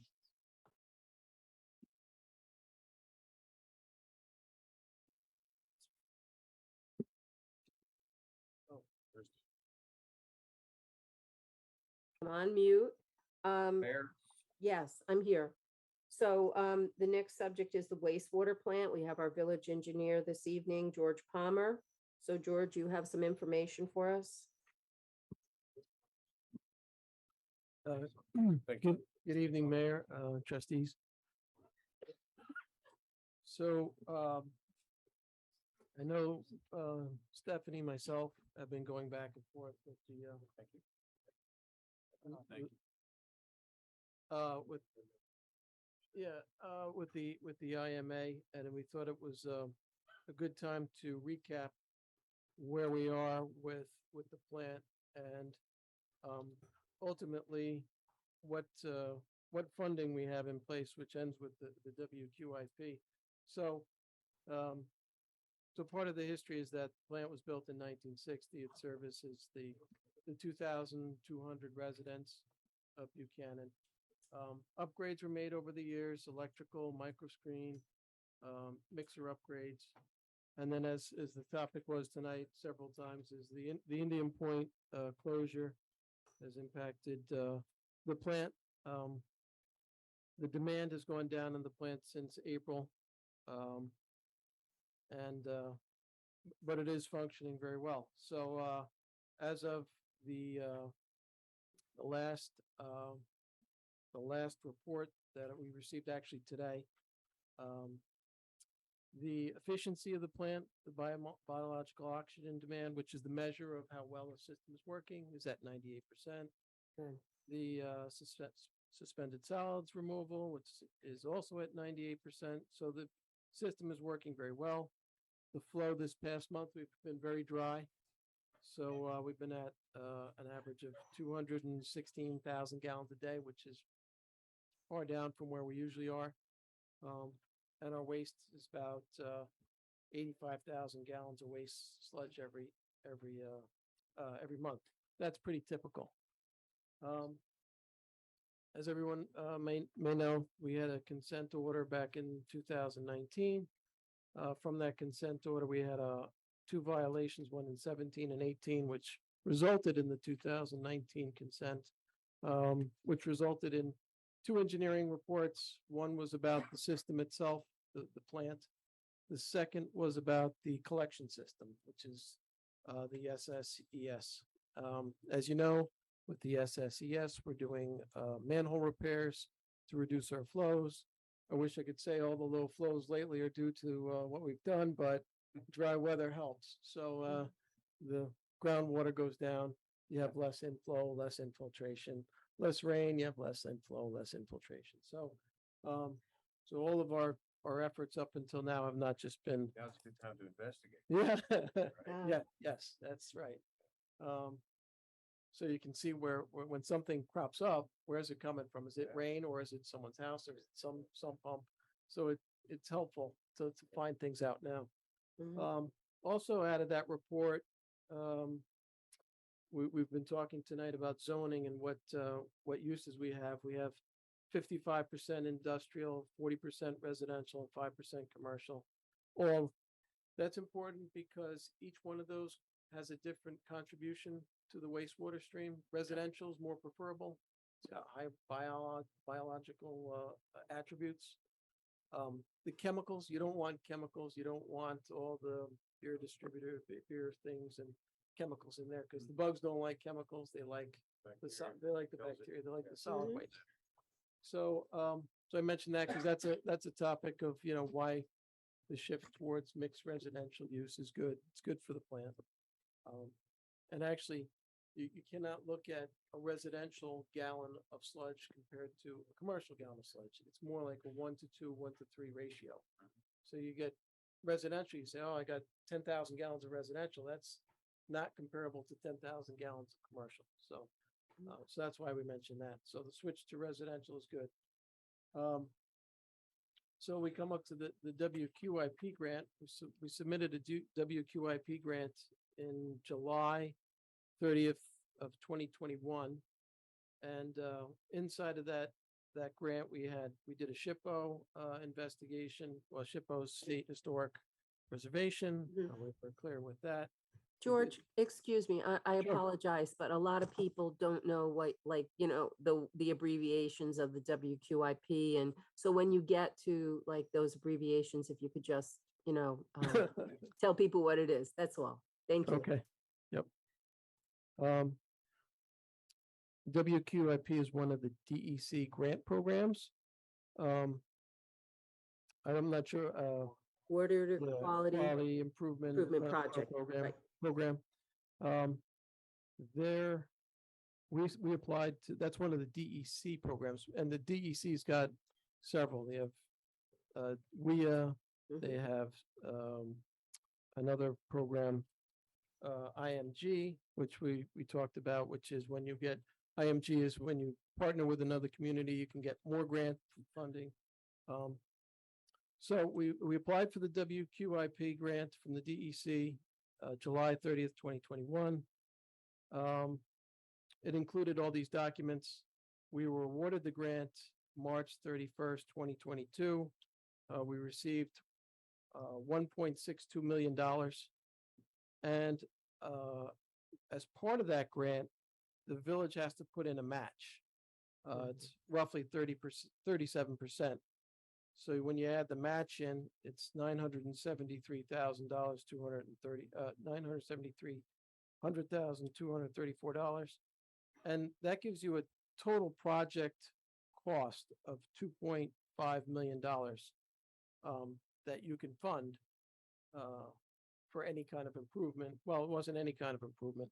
It was actually for the rehabilitation of the tanks, and it was for the all the upgrades with the air bubble diffusers. So we had fine double diffusion. Yeah, the scope was larger. So our original scope that we applied for was $5.62 million, and that was to decommission the 2 tanks, put in 2 new tanks, and put the air diffusers in. So they only gave us a portion of it, probably thinking that Entergy was going to subsidize the other portion of it. So part of that is if you don't move forward with Entergy or the IMA, the intermunicipal agreement with Cortland, where does that land you? So that brings us to where we are today. So that brings you to, based on a reduced scope of the project, which just means that we're refurbishing the tanks rather than replacing them. And we did a cost analysis of that, and that brought us to $2.19 million. So that's within the funding amount which you're contributing. So if you think about the grant, you're getting the advanced technology. yes, it meets it meets DEC requirement. and it meets the DEC requirements. It meets our speedies permit. It's a new technology. It replaces what we have. They coat the tanks, right? Correct. Yeah. So a company came to us. We had one product in mind a few years ago. Another company came to us that the county uses, and they have a piggyback clause that the county can use, that we can use. So based on, and that company is Enacon, and we can piggyback on that. And if we use their numbers, that coating system is roughly $300,000 to coat the tanks. Wow. So For 2 tanks. well, you think of it as, it's actually 2 trains. So each train has got 2 tanks. So you have a aeration tank, and you have a settling tank, and you have 2 of those. So 2 of each. 300,000 wall tanks. All the tanks. Oh, that's okay. So you can think of them as 4 tanks, so 2 on each side. And that's, talking to Marcus. If you had to. Correct. It's everything. Right. That would increase, Marcus mentioned, every $1 million is a 2% increase for boring. So that, if you had to put up that $1 million, which you have to match, you have to put up a 2% increase in your fund. Yeah. So what happens is if we have to come up with $973,000, round off to $1 million. Right now, the current rates, we could borrow $1 million for about $70,000. So $70,000 is about 2% increase in taxes. So for a 2% increase in taxes, we could fund $1 million plus the WQRP grant. We actually not only meet the requirement, we have actually contingency money left over as well. And that covers everything. When you say everything, it covers coating the tanks, new diffusers. We have a whole list. Pretty much what we need to. What that would cover would be the next 10 years of not having to do anything with the tanks. Minimally 10 years.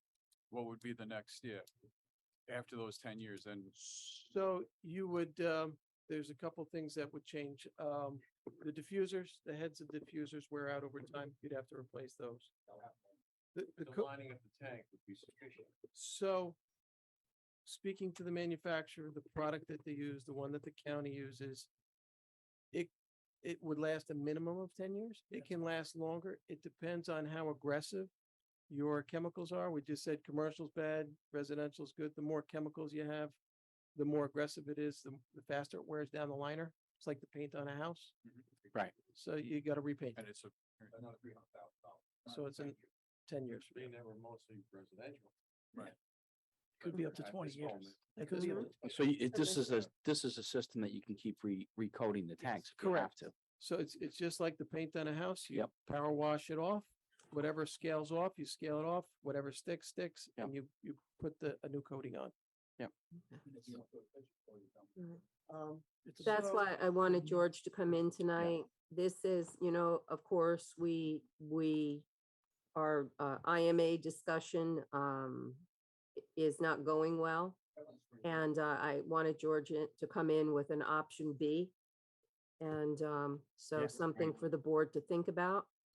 The state got control of the Entergy money. The governor, I'm just going to review this. The governor designated $7 million for a joint project between the town of Cortland and the village of Buchanan. We had worked on for a long time trying to come to an agreement. That is not looking good. It's looking like it's failed. And so what would have happened out of that $7 million, we would have been able to take the money out of the $7 million to match for the money for the WQIP grant. No, this is good. I mean, I'm glad that you, because this explains a lot to me personally. I this is good information regarding the not going forward with the IMA. This is, the only thing we need to discuss is expansion, for future development. Okay, so just if you want to go over that Yeah, I wanna- picture for a second. So you can see that line, the Marcus drew the blue line and The it's blue in line. picture. Mhm. So that's the water elevation or the elevation of the liquid in the tank. So you can see below that line, you see all those white specks, that's the aggregate in the concrete. And above that line, it's the aggregate, it's not exposed. Right. So you lost like a quarter of inch on your tank, which is not the end of the world. Many tanks do that. We said 1960, 62 years old. sure. It's aging. It's showing its Right, age. right. So, But as it stands, our plan is operational Mhm. and everything is running Yes. fine, because we've heard, otherwise, and there's been comments made by our counterparts at the town that says otherwise, that we're in, No. desperate need of them to help us save our plant, which yeah. So I'm not sure what's been said by the town that, I mean, it's aging. It's showing its age. So Everything does. Everything's got a lifespan. Everything's got a life cycle. 60 years is a long time, and it's not uncommon to coat tanks. Yonkers wastewater treatment plant, one of the largest ones in the county, the one everyone goes to. It's got a coating process. Your neighbor in Peekskill, they've started coating, which is also a county plant. It's, yeah, everybody does it now. Everybody does it. It's an acceptable way of extending the life of what you got. Yep. Like Botox for a. Yes, Needs a little work. needs a little work, but you can extend the life of it. I gave this picture too because you see this joint, there's an armor joint in there. That was put in the 90s by Structural Preservations. And that's a 30-year-old joint that's been there that's functioning perfectly fine. So people think, oh, these are Band-Aids. These things that are done are long lasting. A Band-Aid is a year. Something that lasts 10 years, you don't really want to call it a Band-Aid. It's a reasonable. It's a remedy. It's a remedy. Thank you. Side of it, we can recoat the tanks every 10 years or so. Yeah, that's what he said. As we talked about that, another option is we have to replace the tanks. We can actually be a little bit proactive, do very small increase in less than 0.5% increase in taxes, put that in sinking fund, and within 10 years, we'll have enough money to replace the tanks and borrow the money, and there's no substantial increase in taxes. My whole thing is to level out any tax rate increases to make it as minimal as possible for the taxpayers, so we can actually do this over a long term and plan accordingly. So 10 years from now, it will be probably a 0.25% increase over 10 years to have the money set aside to replace the tanks totally, even we have to do that or repaint them. All right. And then the last item is the future expansion. So in our proposal that we gave to the, not proposal, but in our evaluation that we gave to the DEC, that third tank that we're talking about is roughly $4.5 million. So when we expand, that's roughly what the cost would be. Wouldn't that be on the new developers though? For all the new development sites? That could be. We're fixing the gap. Yeah, so if you recall, we did have a discussion about the rezoning for the industrial property in and around Indian Point. And we talked about, in general terms, some of the development figures, and we just kind of back of the envelope, we're talking somewhere between 1,300 to 3,400 units potentially. And as part of the environmental review for the rezoning and then the ultimate development, that could be a price that could be afforded or accommodated by the developer. They would contribute towards that because that's their impact to the community. So they would contribute towards the mitigation of that impact. So that's again, that's part of the ongoing discussion. We provided some of those numbers to George so that he has those in considering kind of future development and expansion. So Dave gave us some numbers and we took those numbers and we could be at doubling our plant. So we have each tank, we're going to do 500,000 gallons. The third tank would do about 500,000 gallons. So Dave's range of those units, it ranged anywhere from 400 to 800 or 400 to 700 somewhere. So the landing in the middle is like 550, but you round off usually to the 500 mark. So it would be a 500. Thing. And just to let everybody know, I've done this before. What happened is, it's not $5 million to the developer to pay right immediately. What will happen is, just for the general public, it will be a tax anticipation note that will be taken out. Special district tax will be done, and only those parcels will pay for it. It will not affect the general tax base at all. So I'm going to the general public knows, and the potential developer, it's not a $5 million hit to the taxpayers, a $5 million hit to the taxpayers at one time. It won't be a $5 million hit to the developer at one time. It will be phased in over time. It'll be borrowed at our bond rate, and the developer, as part of the special district tax, will pay those taxes over time. So therefore, it will not negatively affect the village taxes. Want to make sure I clear that up. Yeah. No, that's good. Good. Thank you. All right. Thanks, guys. That's totally adequate for our future development, you know, with the Yeah. proposed stuff that you got, stuff from AMS that we've got coming in as well. So as part of that, we reached out to the DEC in our discussions months ago to reach out to the DEC to up our permit from 500 to 750. We haven't gotten any response back. They want more information and so forth. But with that upgrade, we have some cushion if the DEC allows us to use all the money and they're okay with the scope and everything to increase that amount without changing the size of the tank. So what does that mean? So right now we have, let's say 9-inch discs that we're proposing and they have a certain spacing. We put 12-inch discs inside the tanks and we push more air through it at a faster rate and we get more capacity. This is without physically changing anything other than Diameter. the size of the tank, you're just pushing more air into it. So, and it's actually set up that way anyway. So as the flow goes up, you push more air into it. As the flow goes down, you push more into it. So we're basically pushing we want to maximize what's there. So we sent that letter to the DEC. We're reaching out to them and we're working that out. So this will cover a $500,000.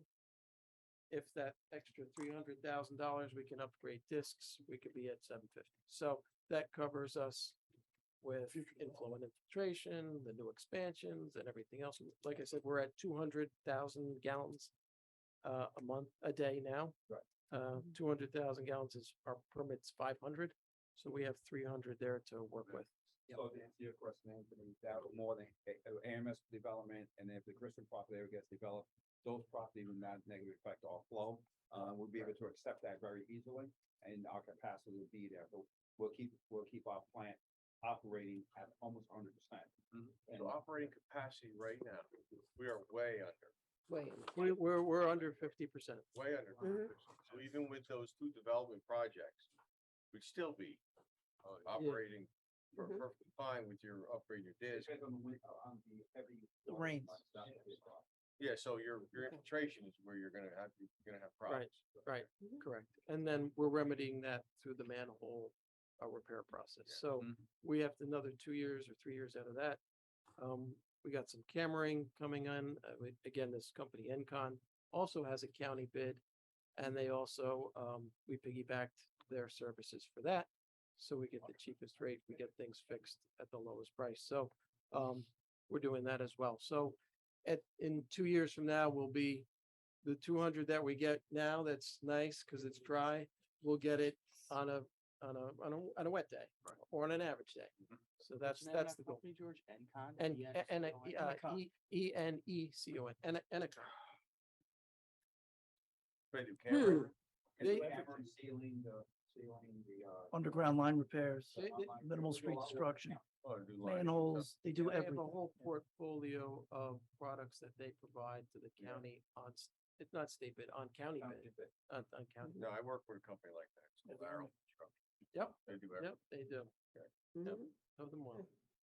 You know Arrow well? Yes, Very good. they're good. They're well known. Teresa, anything else on this sewer treatment plant or No. wastewater treatment plant? I think we're pretty good on that. I think the board has asked a lot of good questions and, it's something another thing we need to think about and have further discussion. George, do you have any other updates on village infrastructure or anything else going on? I know The boat launch. oh, yes, please. Yes, if you could do that. So, yeah, the next item on the agenda is the cost estimate. So, Before we get to the storage. Yeah. yes, so. WD? Yeah, from WD. So, at our previous meetings, it was discussed that the boat launch isn't the safest. The, Right. the concrete's peeling, the, rebar is exposed. So we gave an estimate of $25,000-$30,000 to replace it. So we said, the board asked, hey, what's a real number from a real contractor? So we reached out to WD and they said, they went out there, they looked at it, they're out of, Croton. Right off 129 there. I'm sorry. Right off 129 by Yep. the dam, yeah. Yep. And they took a look at it and they said, okay, we can they said, instead of replacing, let's start with just taking it out and putting rock fill back in and Mhm. making it stable. We said, all right, let's give us that number. So that's what they gave us. The 12,680 is to remove it. The $3,000 is to put some stone fill in. There might be some erosion control while they take take the concrete out. And the total cost is 17,180. So it wasn't something to act on or anything. It was Really just rough. yeah, it's rough. Yeah. It was, hey, give me an idea of what we're talking about in cost, which is what the board was asking for. Yep. We can take the next step and Move forward. Well, I mean, yeah, I mean, this is a real rough estimate. I mean, you can go on with stone for forever. over there. Yeah. I mean, I don't know how far out they're gonna go or there's we're requiring for depth. so that's the Is it other, light stone fill? Is that what it is? it's light, this is, So it's probably 6 to 12. yes, Yeah. Okay. that's a light aggregate. And Yeah. then, so we talked about it. It's, they went out there and measured, and when I went out there, it's about 15 feet. They're 5-foot panels. There's 9 of them. Okay. And that go into the water. We can leave the first and the last panel and put the stone in between them. Kind of, the first panel's okay, the last panel, Are they taking them out in sections? Are they chopping or? they're taking it out. They're taking each 5-foot panel Okay. out, so they Yeah. come in So with the it's actually hammer, Debris. yeah, and then throw it in the truck and Okay. haul it away. So, Would that be something we about to remember?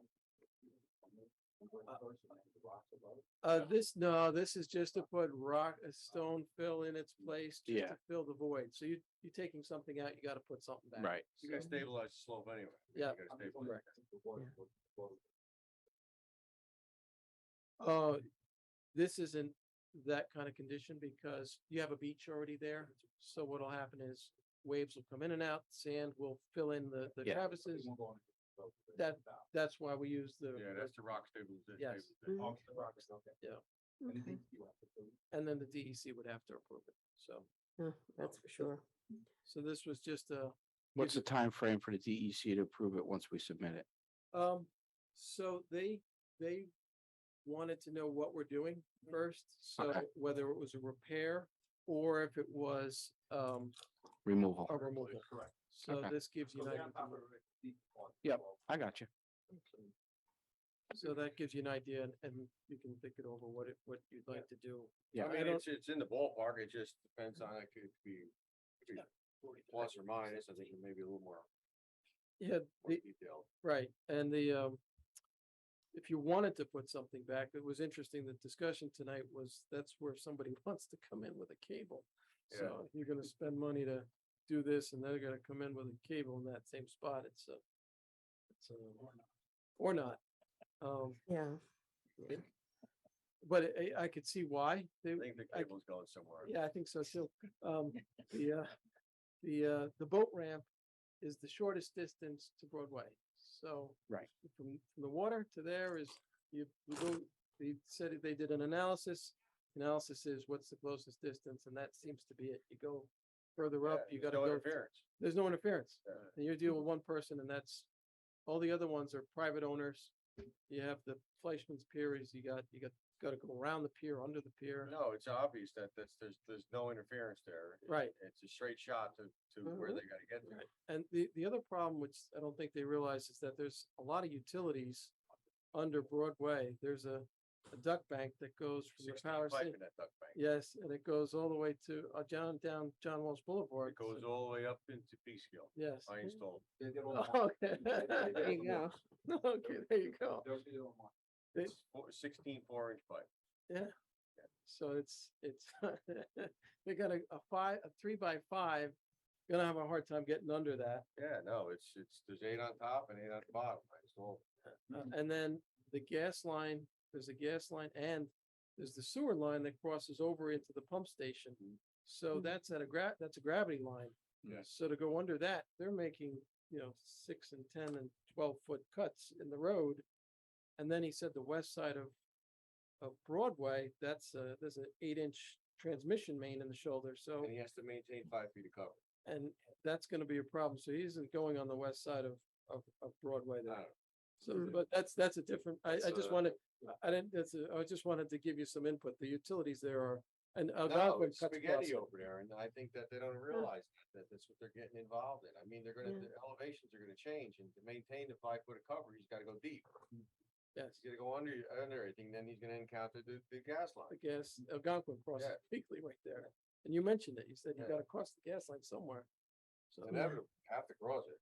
When we had Blakely Avenue open years ago, when we were doing that construction, we were very surprised to find on the south side of Blakely Avenue. Remember, George, the amount of electrical infrastructure under the road was phenomenal. I mean, Yep. we just all stood there and stared and said, wow, I never knew this was here. yep, there's a transformer vaults under there. They Mhm. parked the truck out there for a month because they had to pump the transformer vault out because it was contaminated into a truck and then, Transformers leaking. yes, Yeah. underground. So, so there's a lot under that road so that it looks like somebody's marking it out. So I don't know. what's going on. So, sludge removal.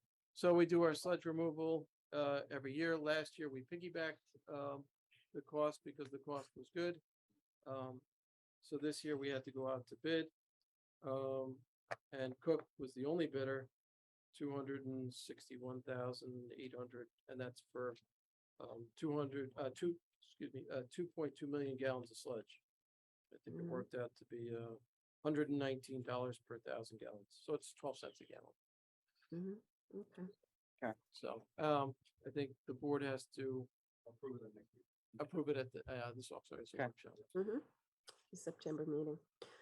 So, That's it. we have to wait for really the DEC to come back yet, George, to give us approval. And I believe our highway department did put a stone barrier. I'm not Yes. gonna say it, because years ago, a lot of people got in trouble saying what it I'll was. say it, mafia block. Okay, you can say, it. I'm There you allowed to go. say it. So, but I don't know, Anthony, if you've had time to look to see, where it's placed and everything. It's just, I it's good. It's just a deterrent, so nobody gets hurt over there. I think the location is okay. Okay. I mean, you can move it back a little if you want. I think the location is okay for now. I mean, this Yeah, I looked at process is it. gonna move forward if we get the okay, and it could be demoed in a couple days, so. Since it's below $35,000, there's no formal bid process required, just you get bids. Yeah. We only got one, just because we wanted to get a feel for the Yeah. cost and give it to the board. So we would have to get 2 more bids Mhm. and tell the DEC that this is what you want to do. Yeah. You don't want to replace it, you want to remove it, and then we move forward. So, So what official action the village board will have to do, we just want to get your blessing to move forward. Yes, absolutely. absolutely. Yep, I'm on board. Thank you. Okay, good. Anything else for us, George? Road work starts next week? yes, so we, as we mentioned at, I believe the previous meeting, that the contractor was gonna come back in the fall. We met with him last week. They're gonna do the curb work, right outside of Village Hall here, right around the corner, up Park Lane, some curbs, repave that area. And then there's no more curb work on Bleakley, except to mill and to pave, and that's it. And who's doing that work, George? Consorti Brothers, And that's a mill and fill on Henry? mill and fill. On Henry, right? Yes. I saw the mark it out. So, yeah, we originally had 2 curbs on both sides, but if you look at the curb on the other side, it starts to become all drop curb, and you got all these parking issues, you got all these driveway issues. By the time you put it all in, you're gonna have maybe 6 inches of 30 feet, and the rest is gonna be depressed, so it's, Yeah. you're Makes bearing, sense. it's like when you drive down Tate, there's a certain section of Tate in front of, and you see, all drop curb, and you're like, oh, I know. why are we putting in curb? It's all recessed. It's all recessed, so, I know. putting it in That's is, a waste of the concrete. All right. so Thank you, that, George. Thank Thank you. you. I just have a few things. Buchanan Day is going to be October 1st. Some more information coming out on that. There is a planning board position opened.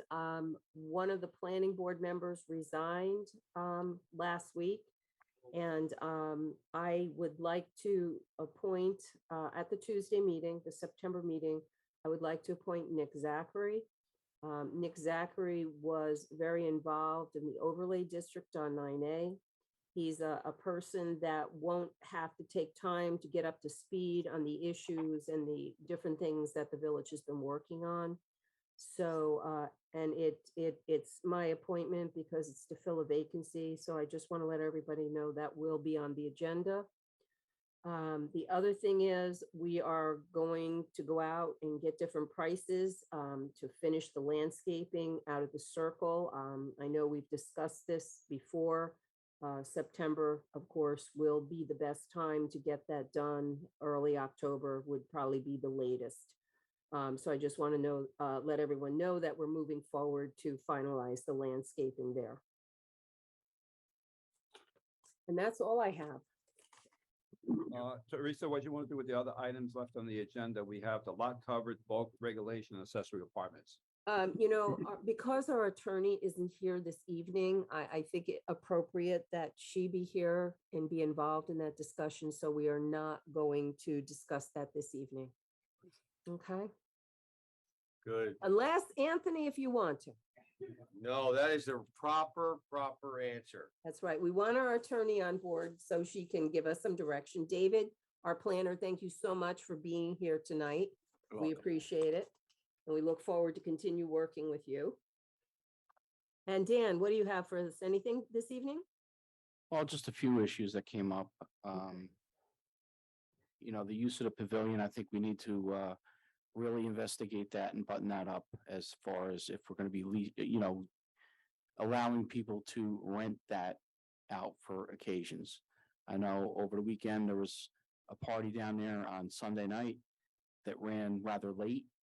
I did look at the application and we leave a blank space for a time frame. We should be setting a parameter. It goes from such and such a time and ends at a certain time, depending on what day of the week it is.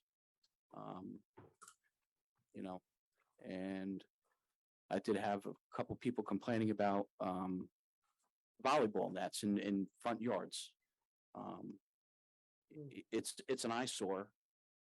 It's beginning to look like an attractive nuisance, and it just doesn't look good driving down the road in a nice little neighborhood, and you see a volleyball net sitting in a front yard of a house that, a neighboring person needs to look out at, that's been there for 3-4 months.